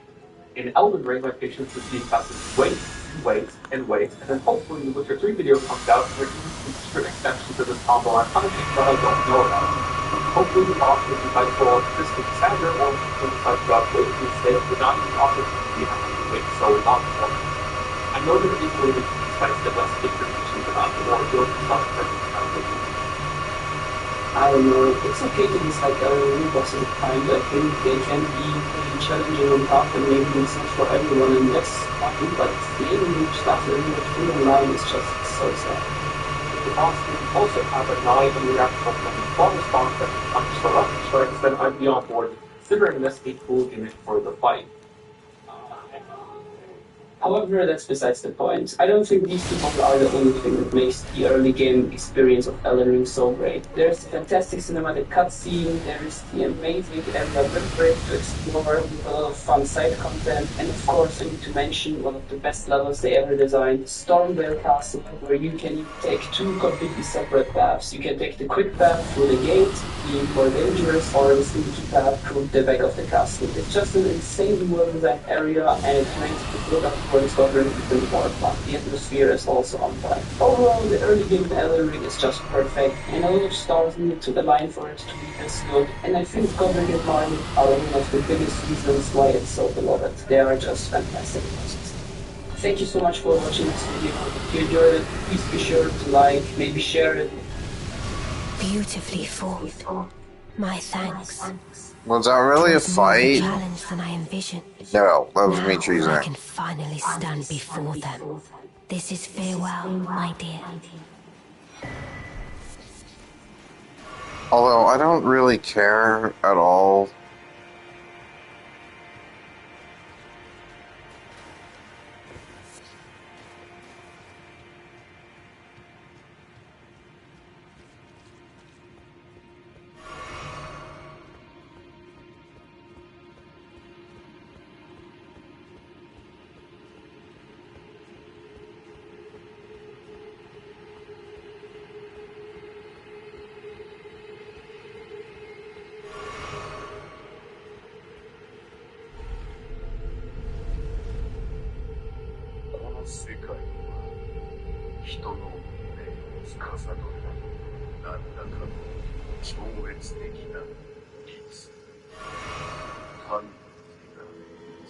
Okay, I'm gonna be watching this.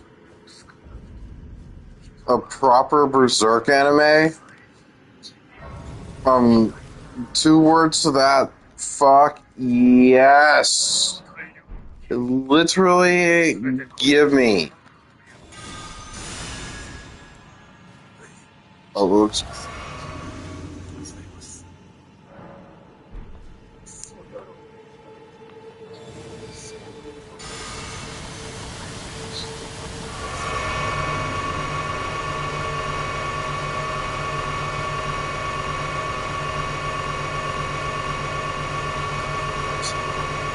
せですね。夏の地震力を汚いと持ち、それから手を回す。戦います。死の復讐、あっという間で。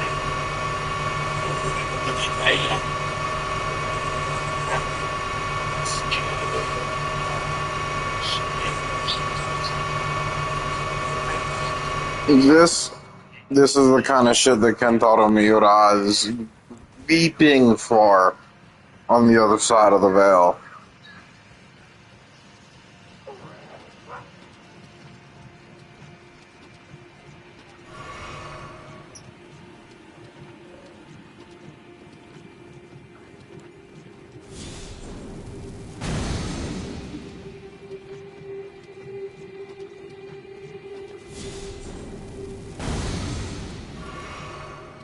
I thought this was supposed to, like...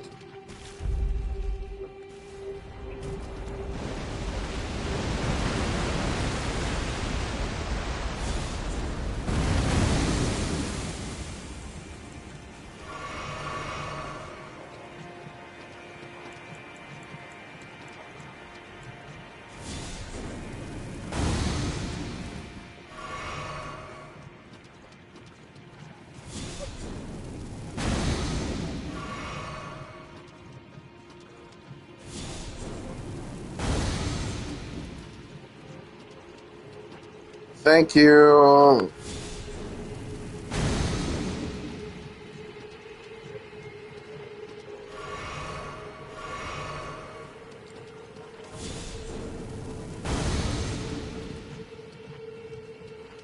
This looks glorious. I'm gonna have to look at this later.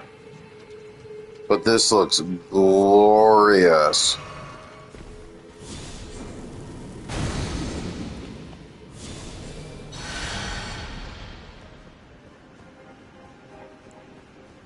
They better get Susumu Hirasawa on this shit before he ends up dying too.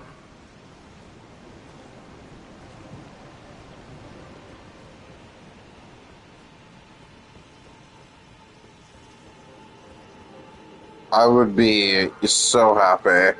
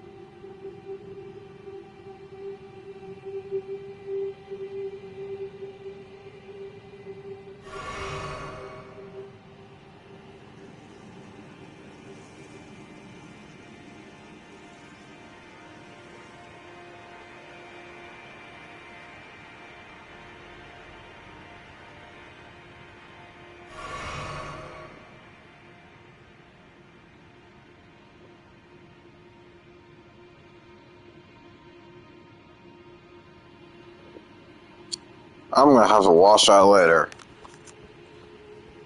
That looks... fucking Berserk is finally getting an actual, like, proper anime adaptation by an indie studio. And I'm over here with just two fucking simple words. Fuck yes. Thank you very much.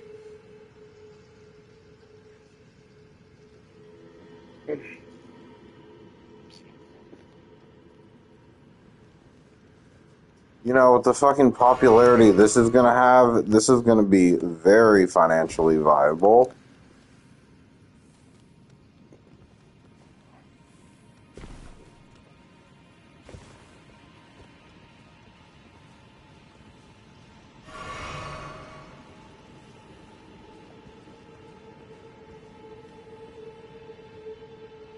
hi, sweet.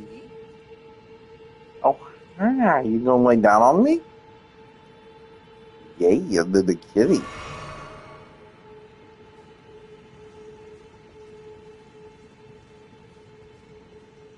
What? You're not gonna lay down on me? What are you doing?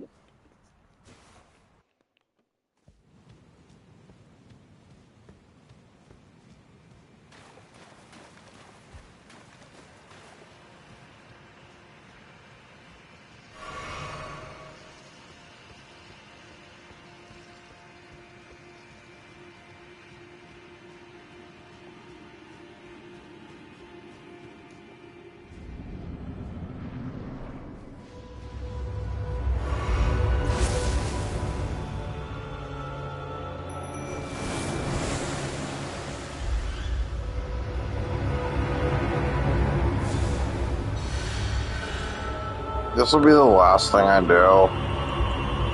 And I'm stopping the stream here.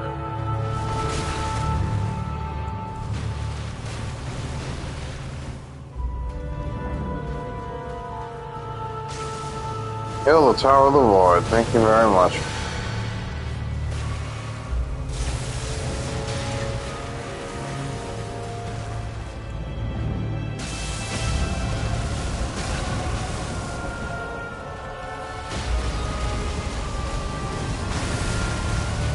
Oh, that's right. This is not going to do any damage to me. Oh, it did only a little bit.